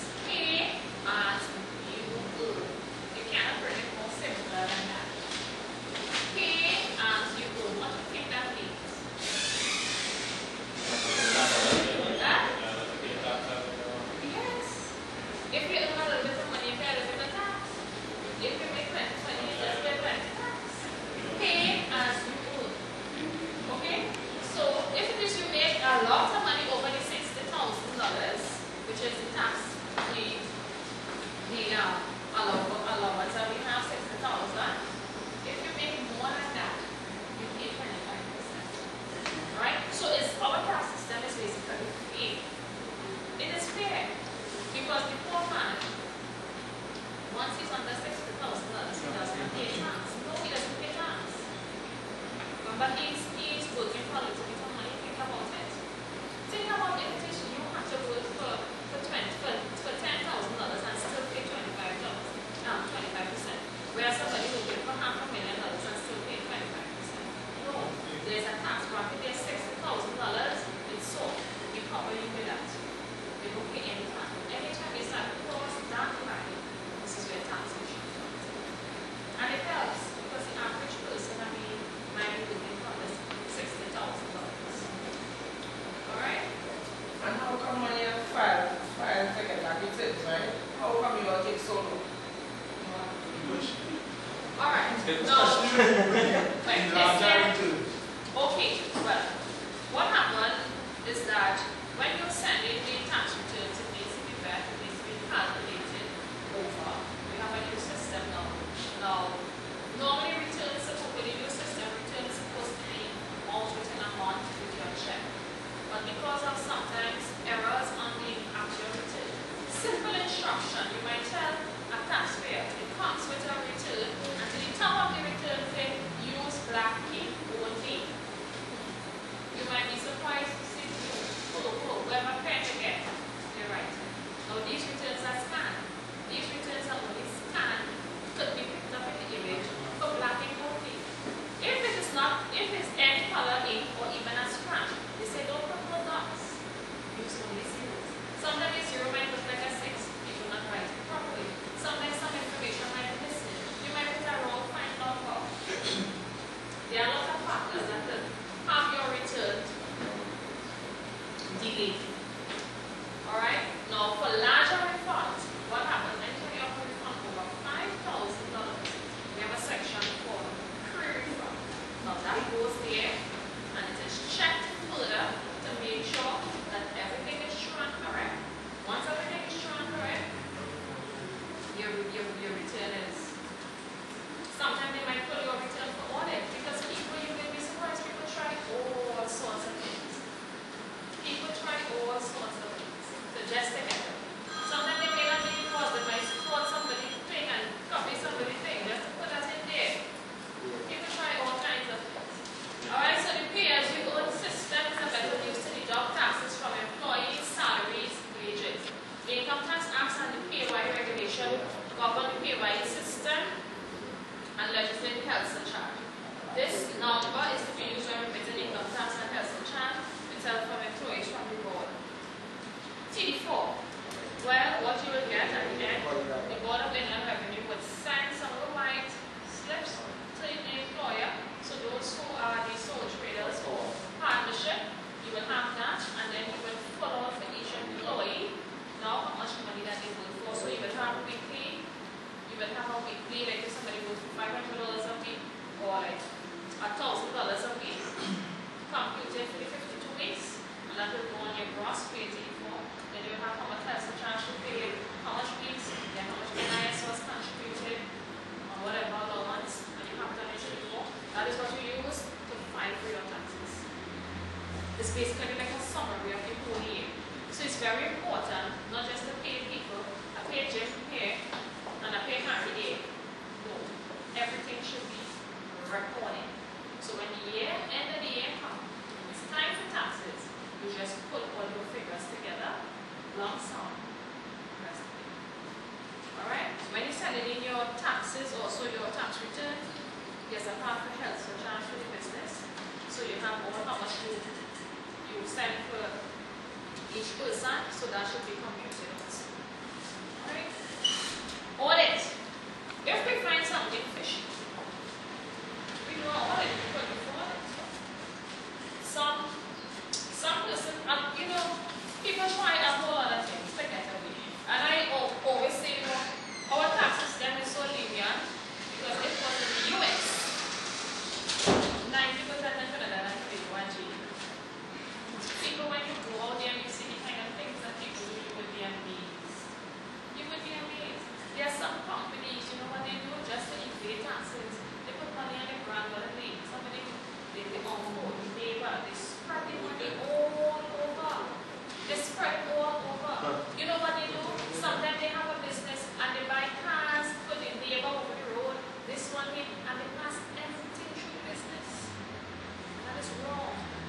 business expense is supposed to be related to your business expenses only. Not because your mother wants a new car, or she wants a new shoes, or you buy a fresh machine from Mother's Day, and you send it to the business. Don't go in the grocery content, make all the grocery, and take the bill, and rest the day for your VAT. You claim any VAT on that. No, that's wrong. And these are the things that people are doing. That's for your personal.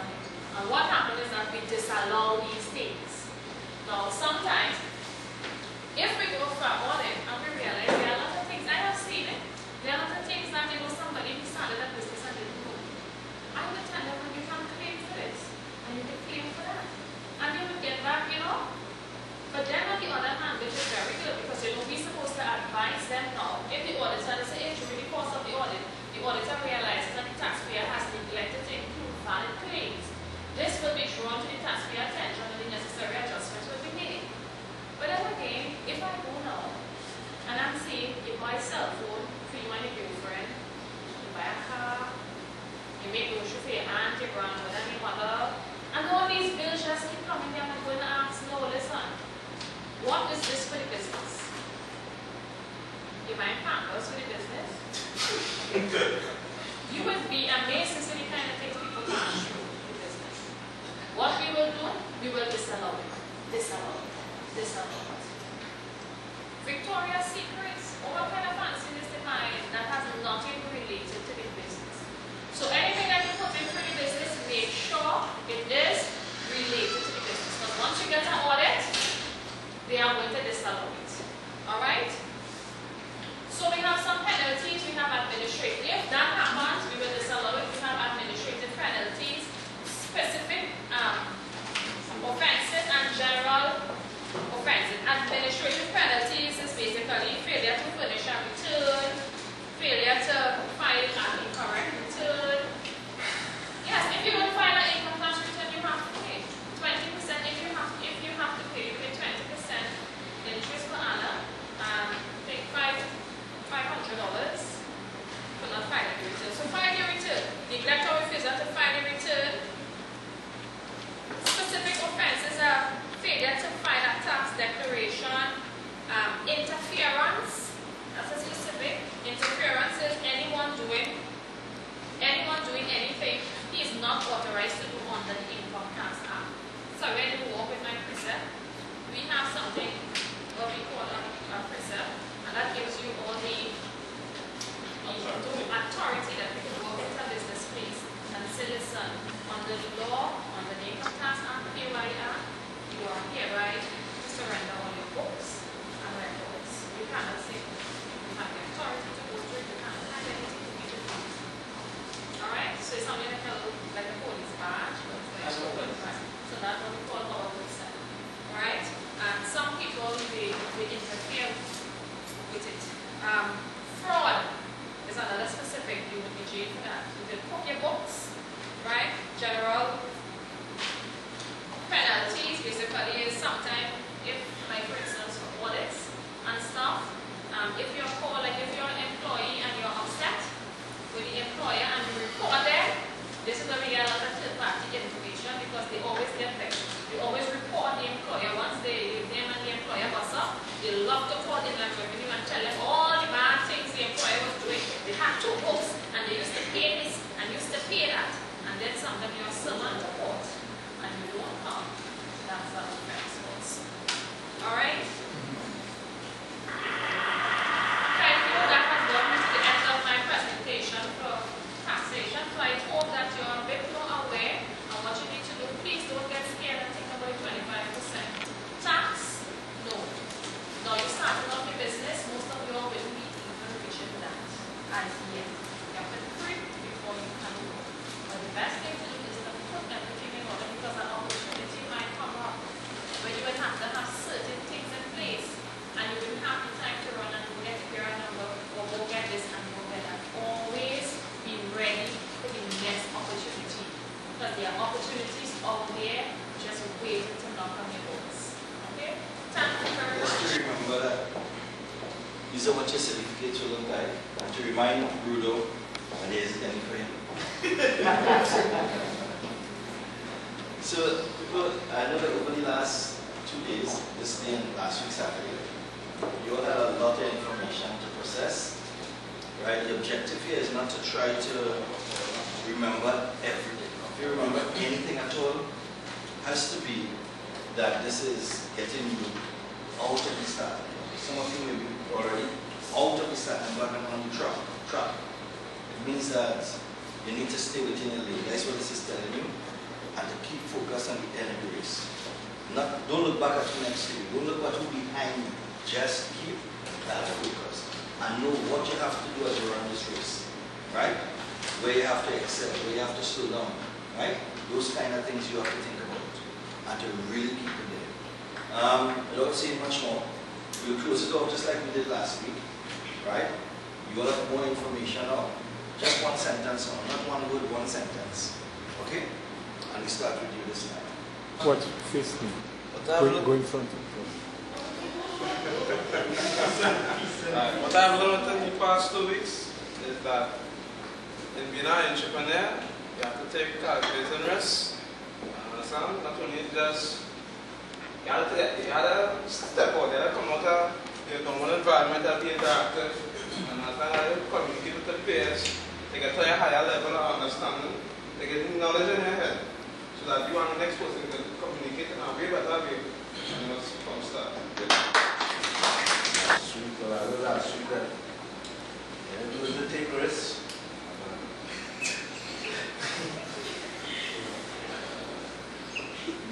That's right.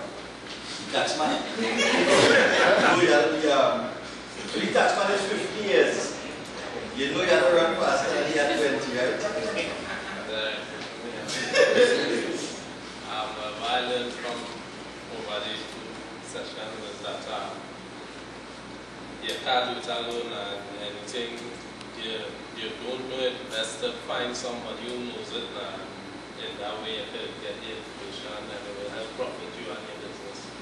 And not only you alone, your clients and stuff, everybody will overall get a profit from wherever you get. One sentence to be your mindset to determine if you succeed or not. There's one thing that will stick with you. It has been informative and it means a lot. Don't be afraid to take this. Ask.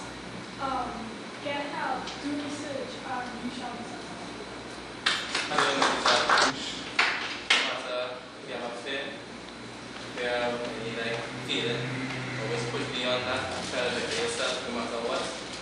Look at people tell you you can't do it.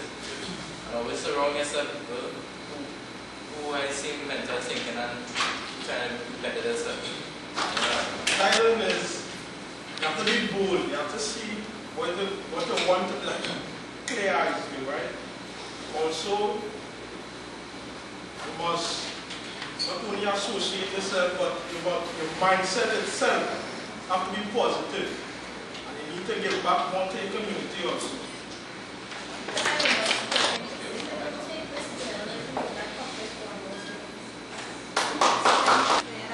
If somebody that has a vision, no matter what anyone else has, that they stick with it and put success. Because the customer is always right. When it's the customer, it's the downside of that. Mindset towards the business aspect and to be around people that have the same mindset as you. As young entrepreneurs, we all must have the same mindset in the sense that we will with one another and we must be bold and make things happen that will be positive to us. Try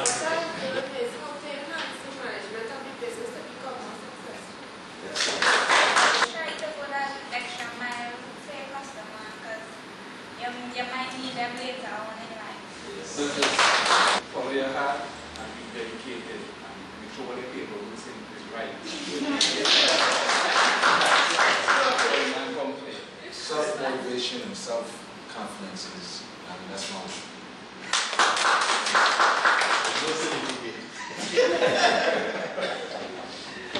As an entrepreneur, I learned that we need to be willing to step outside the box and go that extra mile for what we want and what we believe in and dreams will come true. Now we have reached a point where we have made these sacrifices and the rewards are here. So what I will do is I'll call on certain people that come to that hand. I call your name, you make your to come and do this. So the first name I'll call is Mr. Dairum Sinfins. Yeah. That's you? Your name almost was Darren Grenada too. You're back to me. Come on. You have to face. You gotta come. Yes, that's it. Yeah. And Free more.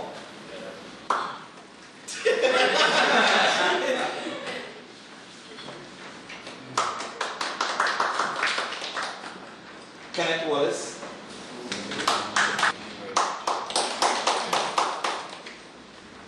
Stacy Kyan.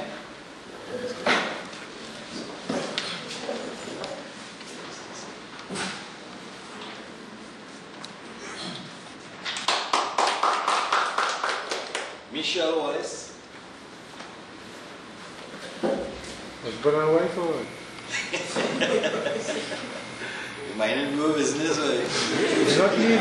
Not me, the camera. Rodney Tannis.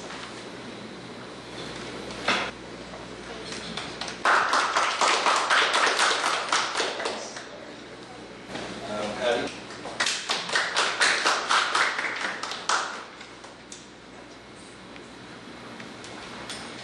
Daniel Sinfins, Grenadines.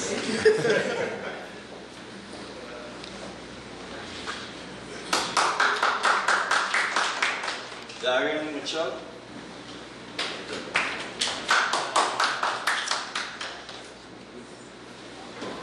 Dana Davis.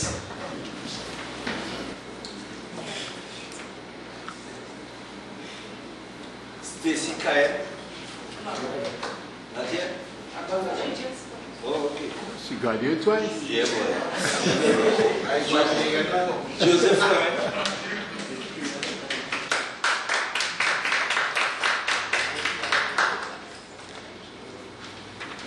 Stefan. Well, I don't know how to pronounce this thing. Yeah, that's Stefan Predum. Predum. P-R-E-U-D-H-O-M-E. Predum.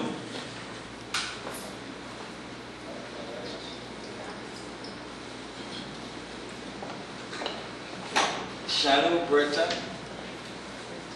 Not here. Kidine Lynch. Janicia Batiste.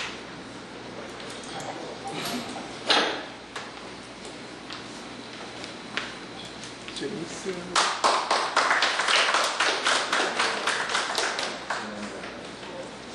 I think Malaika Davis left one.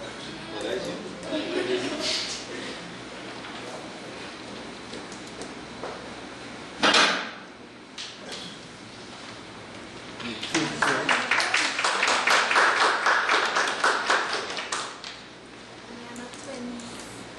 Nisha Ramdan. I think Nisha. That's Nisha, yeah. Nisha Rahman. Rahman. What?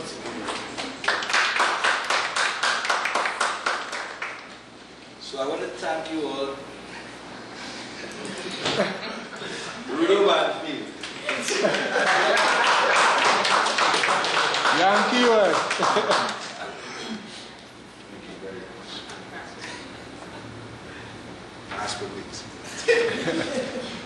Thank you all for that one. Somebody be back. What's your name? What?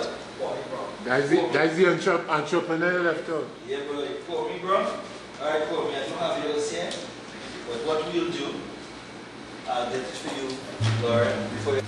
Last week we would have had another presenter, Wendy, right? Lawrence, Kali, Missy, Martina. Let's continue along this journey. Let's make sure that in the future when we see you all, we can say this has been the starting point, right? There will be an advanced program to this, right? And we will ensure that we let you all know, right? And it might be somewhere around in what? July, August, right? We will take you to the next level, right? So keep at it. Good luck. And let's go. I would just like to say thank you very much to everybody. I mean, my peers and all you guys for coming out and, you know, for us having this interaction and learning so much from each other. Because, I mean, when you offer advice and I offer advice and ideas, we learn from each other and we, you know what I'm saying, we could reach a lot further in life. And I'm really glad to see so much, you know what I mean, all black youth, doing something together. Thank you very much. Hey, TDO, Ziggy Babanga. Wow, I'm a man who's I'm the Migamara. The Maras, Umena.